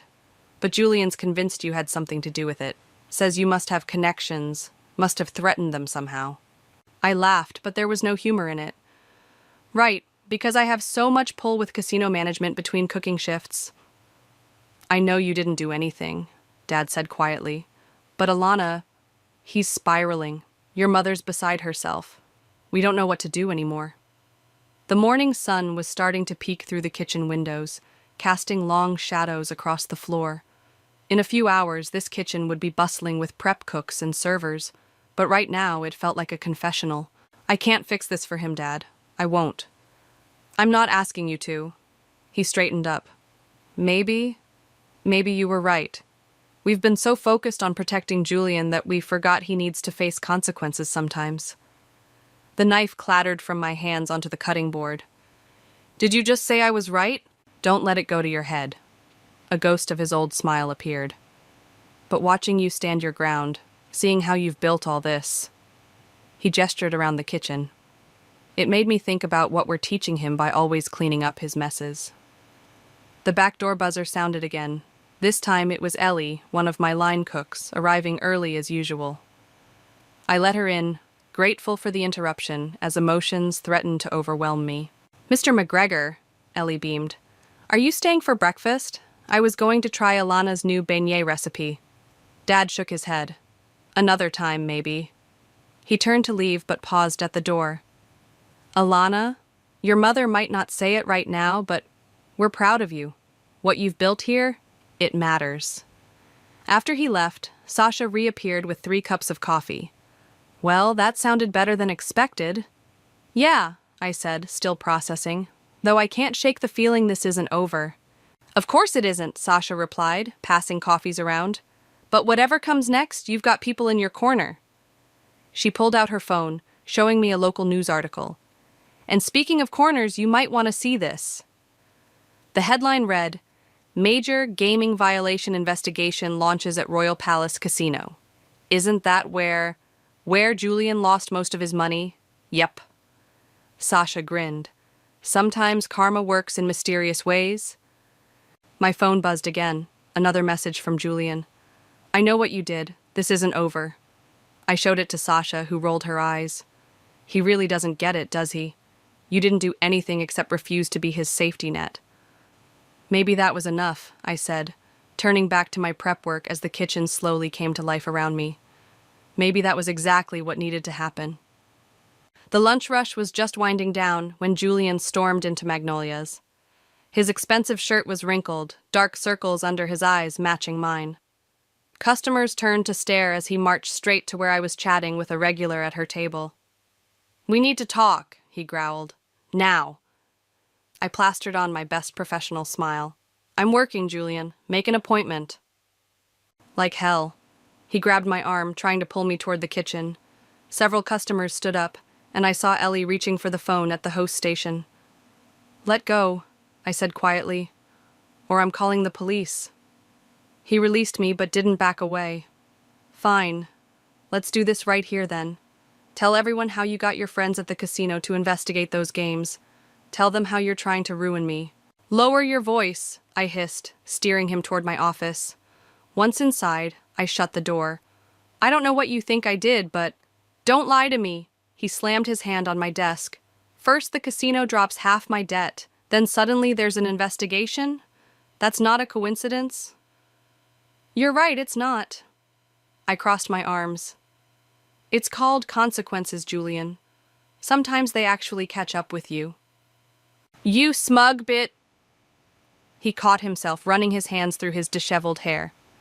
"You have no idea what you've done. These people, they're not just going to forget about what I owe them. These people wouldn't be a problem if you hadn't gambled away more money than most people make in 5 years. You think I don't know that?" His voice cracked. "You think I wanted this? I was trying to make things better, trying to win enough to pay off the earlier debts, to make Mom and Dad proud for once instead of you." "Instead of me?" I laughed incredulously. "You think I'm their golden child? I had to fight for every ounce of support for this place. They still think I should have been a teacher like Mom wanted." "At least they show up to your success." He slumped against the wall. "Nobody comes to celebrate when you're losing." "That's because there's nothing to celebrate about destruction, Julian." I softened my tone. "Have you considered getting help?" "Help?" He barked out a bitter laugh. "The only help I need is paying off these debts before something bad happens. But you're too selfish to—" A knock interrupted him. Ellie poked her head in. "Everything okay, boss? Table 12 is asking about their check and—" She glanced nervously at Julian. "I'll be right there." I turned back to my brother. "You need to leave." "Or what? You'll call the cops on your own brother?" "If I have to." I held his gaze. "I love you, Julian, but I won't let you destroy what I've built. Not today, not ever." He straightened up, something dangerous flickering in his eyes. "You know what? Keep your precious restaurant. But when everything falls apart, remember you chose this."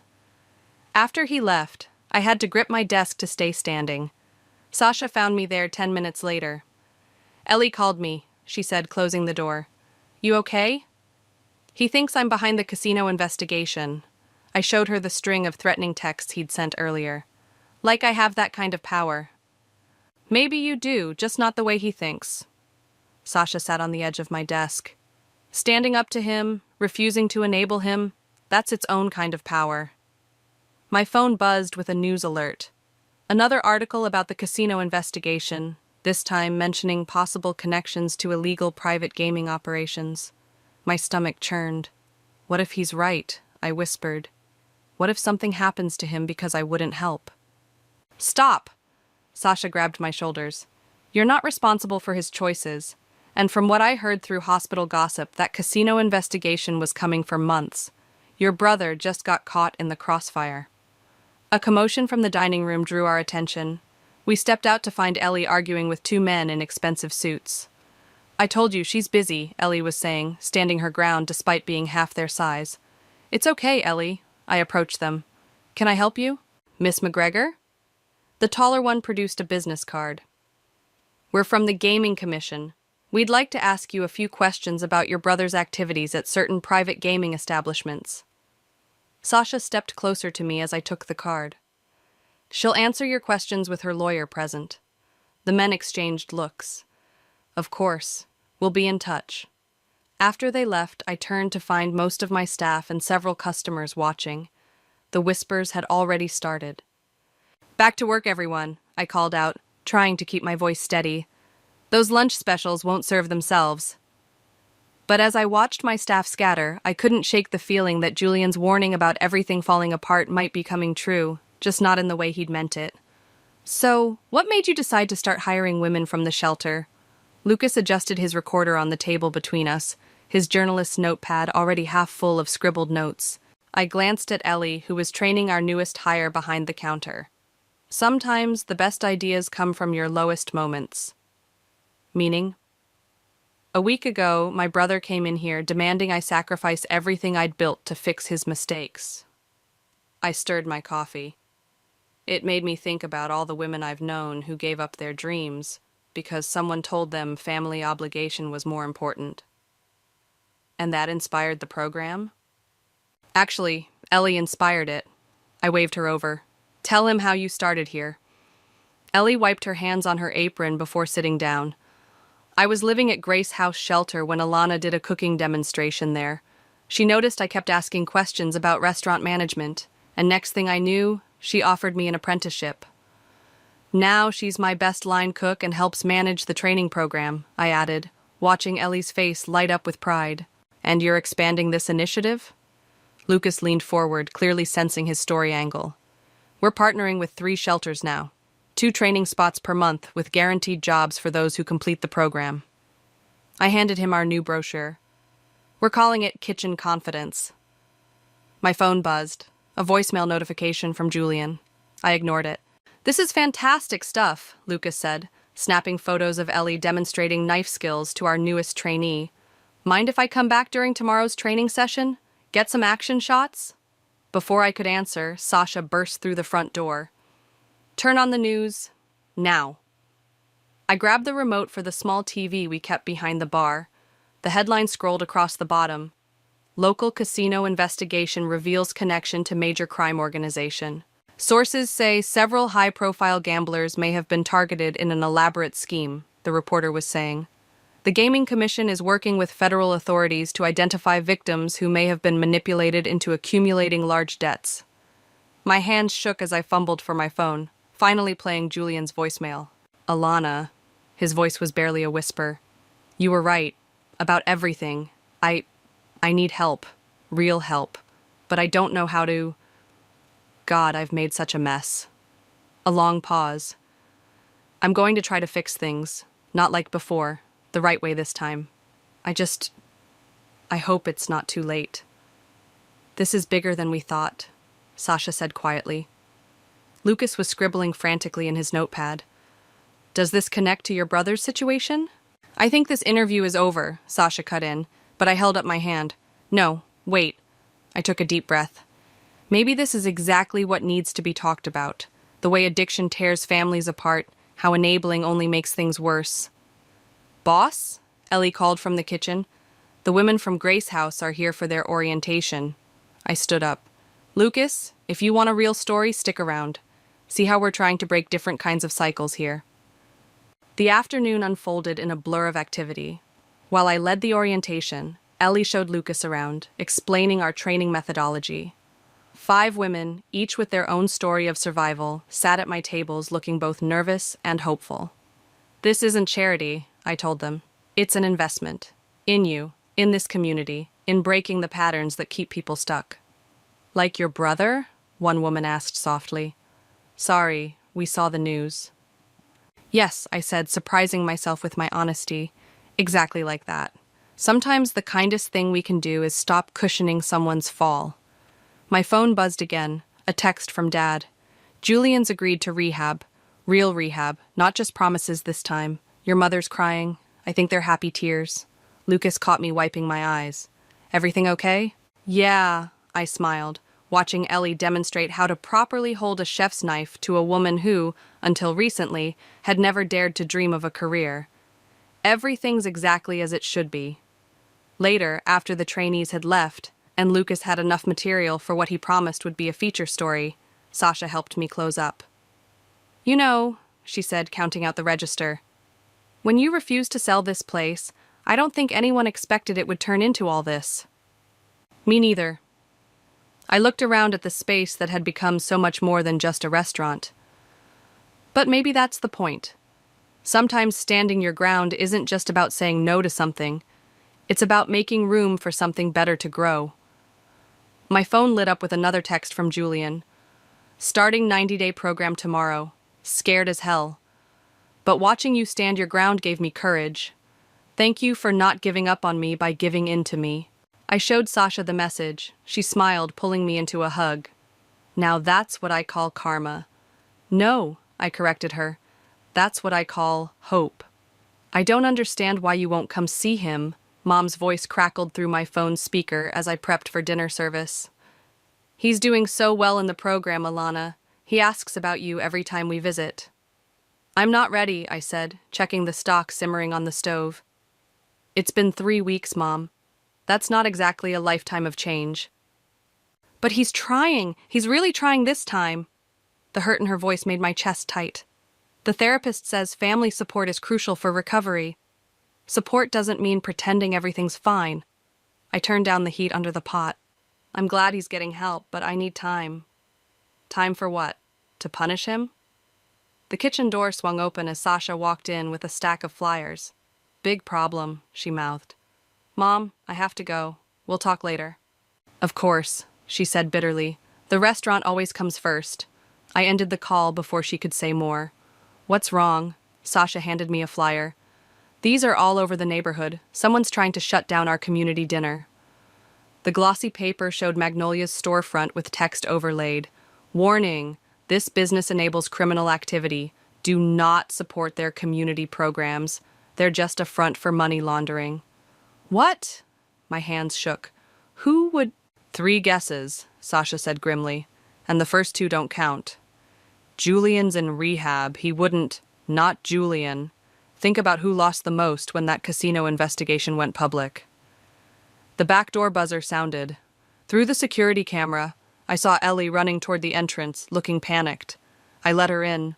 They're outside the shelter, she gasped, catching her breath.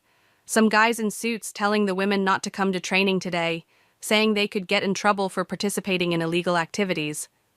That's ridiculous. Sasha pulled out her phone. I'm calling Lucas. This needs to be exposed. No, I said, an idea forming. Call everyone instead. All our graduates, current trainees, their families. Tell them to come here tonight. For what? For dinner. I grabbed my chef's coat. We're having our community dinner exactly as planned, but this time we're inviting the media. The next few hours were chaos. While I cooked, Sasha worked the phones. Ellie coordinated with the shelter directors.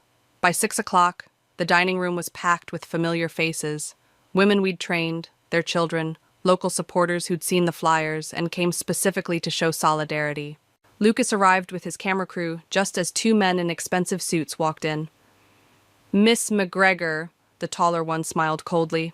We're here to discuss some concerns about your operation. Perfect timing, I said, loud enough for the cameras to hear. We were just about to serve dinner.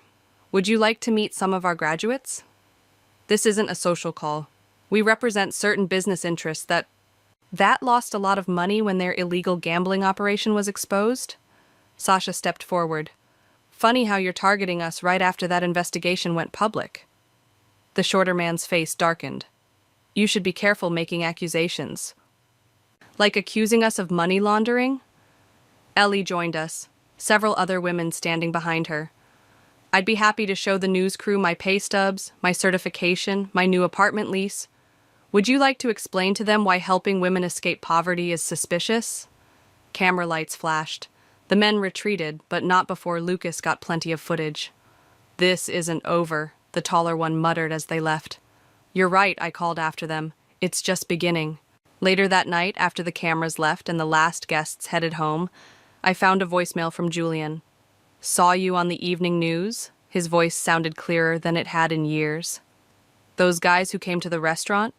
They used to hang around the private games. Bad people, sis, really bad. Be careful, okay? And I'm proud of you. For everything. Sasha found me crying in my office. Hey, no tears allowed. We won tonight. Did we? I wiped my eyes. What if they come back? What if... Then we'll handle it. She sat down beside me.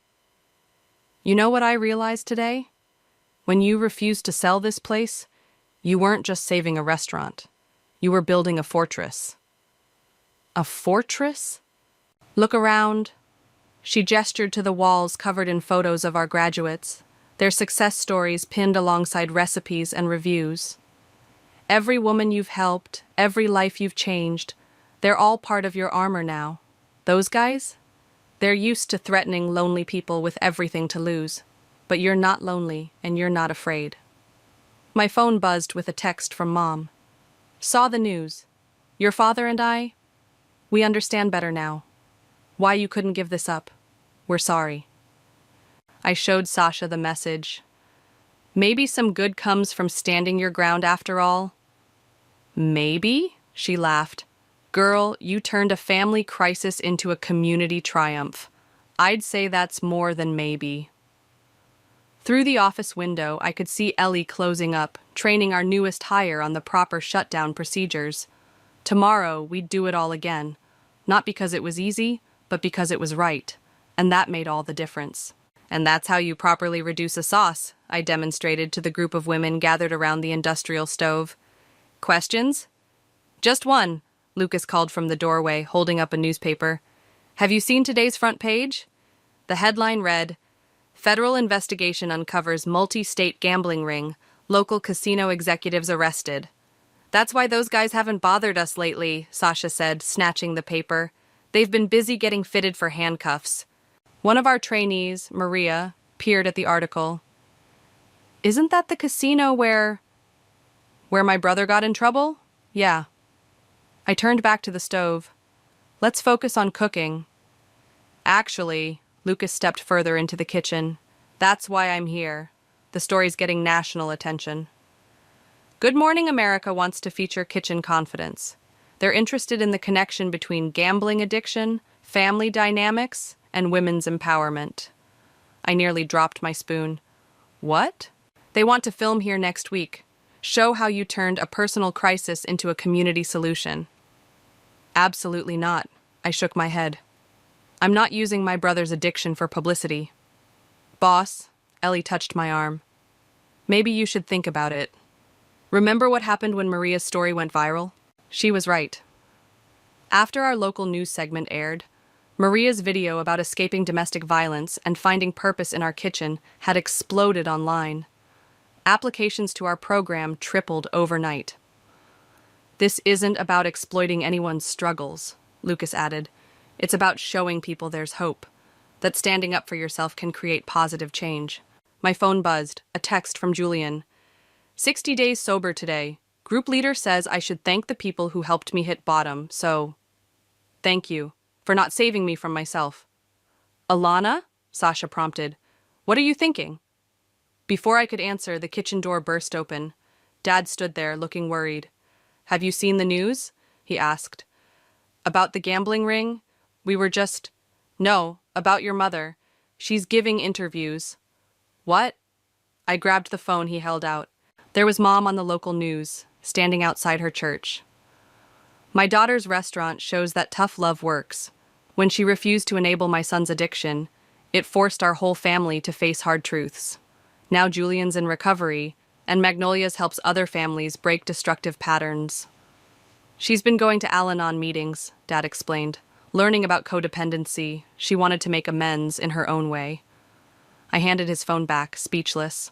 So, Lucas said after a moment, about that Good Morning America segment? Fine. I wiped my hands on my apron. But on one condition, we focus on the women in the program, their stories, their triumphs. Deal. He grinned. They're going to love Ellie's story especially. My story? Ellie looked startled. From shelter resident to head trainer? That's the American dream right there. Speaking of training, I called everyone's attention back to the stove. These sauces aren't going to learn themselves. Later that evening, after the trainees left, Ellie stayed to help me plan the next day's menu. You know what's funny? She said, writing out prep lists. When I first came here, I thought I was just learning to cook. But really, I was learning to believe in myself. That's exactly what we need to show on camera next week. I started gathering ingredients for tomorrow. Not just the food, but the transformation. Like you, She smiled. You transformed too, you know. Standing up to your family, building all this. The back door buzzer interrupted us. Through the camera, I saw Mom standing there, holding what looked like a pie. I let her in. She stood awkwardly in the kitchen, taking in the prep lists and training schedules covering the walls. I brought pecan pie, she said softly. Your favorite. Mom, about those interviews? I should have asked first. I needed to say it out loud. How wrong we were pushing you to enable Julian. How right you were to stand firm. She set the pie down. I'm proud of you, honey. Not just for the restaurant's success, but for showing me what real strength looks like. Ellie quietly slipped out, leaving us alone. The TV show wants to interview us next week, I said. All of us, including Julian if he's willing. Show how families can heal. He'll do it, Mom smiled. He's different now. We all are. My phone lit up with another text from Julian. Therapist says I should come see the restaurant. See what I almost destroyed. When you're ready, I'd like to apologize in person. I showed Mom the message. Are you ready? She asked. No, I admitted. But maybe that's okay. Maybe being ready isn't as important as being willing to try. Mom pulled me into a hug, and for the first time in months, it felt like home again. Julian looked smaller somehow, standing in Magnolia's dining room after hours. Gone were the expensive clothes and flashy watch, replaced by a simple button-down and jeans. 75 days sober had changed more than just his wardrobe. This place looks different, he said, running his hand along a table edge. More alive. That's because it is. I gestured to the walls, now covered with photos of our graduates and news clippings about kitchen confidence. No more just serving food. Now we serve purpose. I saw the Good Morning America segment. He smiled weakly. You were amazing, Mom too. Even Dad managed not to look too grumpy on camera. The silence that followed felt heavy with unspoken words. Sasha had offered to stay for this meeting, but I'd insisted on doing it alone. I'm sorry, Julian finally said, his voice cracking. Not just for the gambling or asking you to sell this place. I'm sorry for trying to make you feel guilty for my mistakes, for threatening you, for everything. Sit down, I said, pulling out a chair. I want to show you something. I brought out my laptop, opening a folder of security camera footage. This is from 3 months ago, the night you came in here demanding I sell. Alana, I don't need to. Watch. The footage showed him grabbing my arm, yelling in my face. His expression changed as he watched himself, horror creeping across his features. Now look at this. I switched to footage from earlier today. Ellie teaching a group of women how to plate dishes, their faces bright with pride and possibility. This is what you almost took away. Not just my dream, but theirs too. I was a monster, he whispered. No. I closed the laptop. You were sick. There's a difference. Is there? He looked up, eyes wet. Because from where I'm sitting, I hurt everyone I love. I let Mom and Dad remortgage their house. I tried to guilt you into giving up everything you've built. How is that not monstrous? A monster wouldn't be sitting here now, facing what they did. I reached across the table, taking his trembling hand. A monster wouldn't be doing the work to change. The kitchen door swung open as Ellie backed through it, carrying a tray. Sorry to interrupt, but these need testing before tomorrow's service. She set down 2 plates of bread pudding, our grandmother's recipe, the one comfort food that had always brought our family together. You remembered, Julian said softly. Hard to forget the guy who used to steal all the pecans off the top.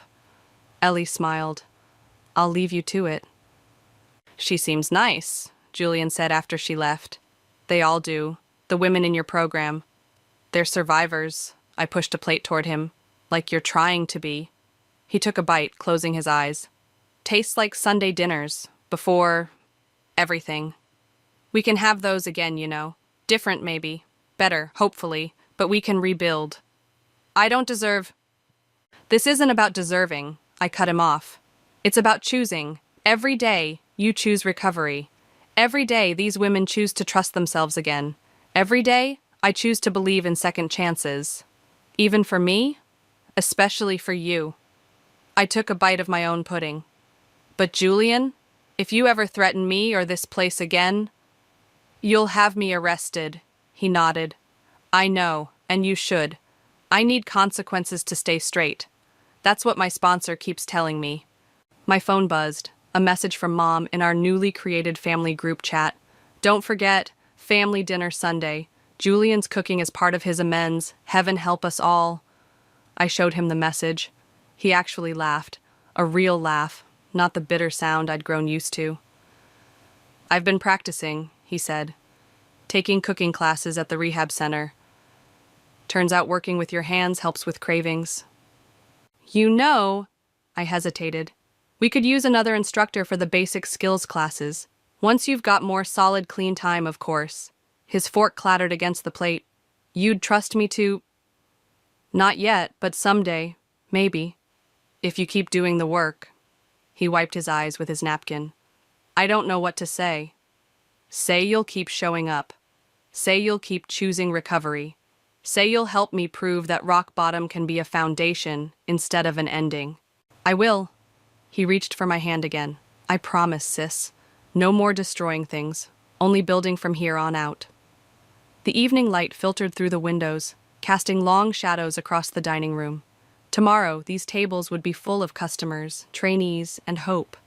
But right now, it was just us, a brother and sister sharing bread pudding and possibility. One day at a time, I offered.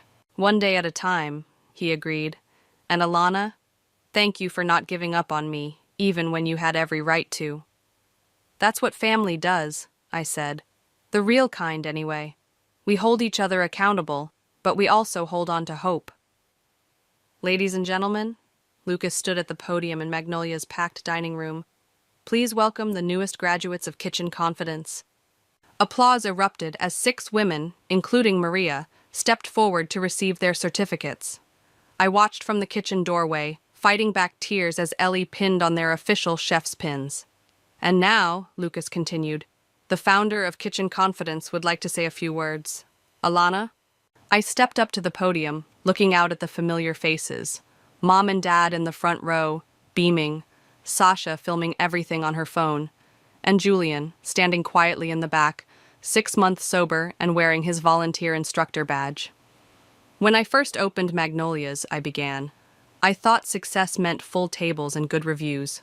But standing here today, I realize success isn't just about what you build. It's about who you help build themselves up. Maria stepped forward. Alana gave us more than just cooking skills. She showed us how to stand our ground, how to believe in ourselves. Now I'm opening my own catering business, and my daughter finally sees her mama proud and strong. Speaking of business, Lucas interrupted, I believe there's another announcement today? I nodded, pulling out the papers I'd signed this morning. Kitchen Confidence is officially becoming its own nonprofit organization. We'll be expanding to 3 more locations across Louisiana next month. More applause. Mom was openly crying now, Dad holding her hand tight. But we're not done, I continued. Today, we're launching our newest initiative, the Recovery Kitchen Program, and I'd like to introduce its director, Julian? My brother froze, clearly not expecting this. I'd only told him about the position yesterday, and he'd been hesitant to accept. Come on up, I encouraged. He made his way to the podium, hands shaking slightly. When my sister first refused to sell this place to cover my gambling debts, I thought she was being selfish.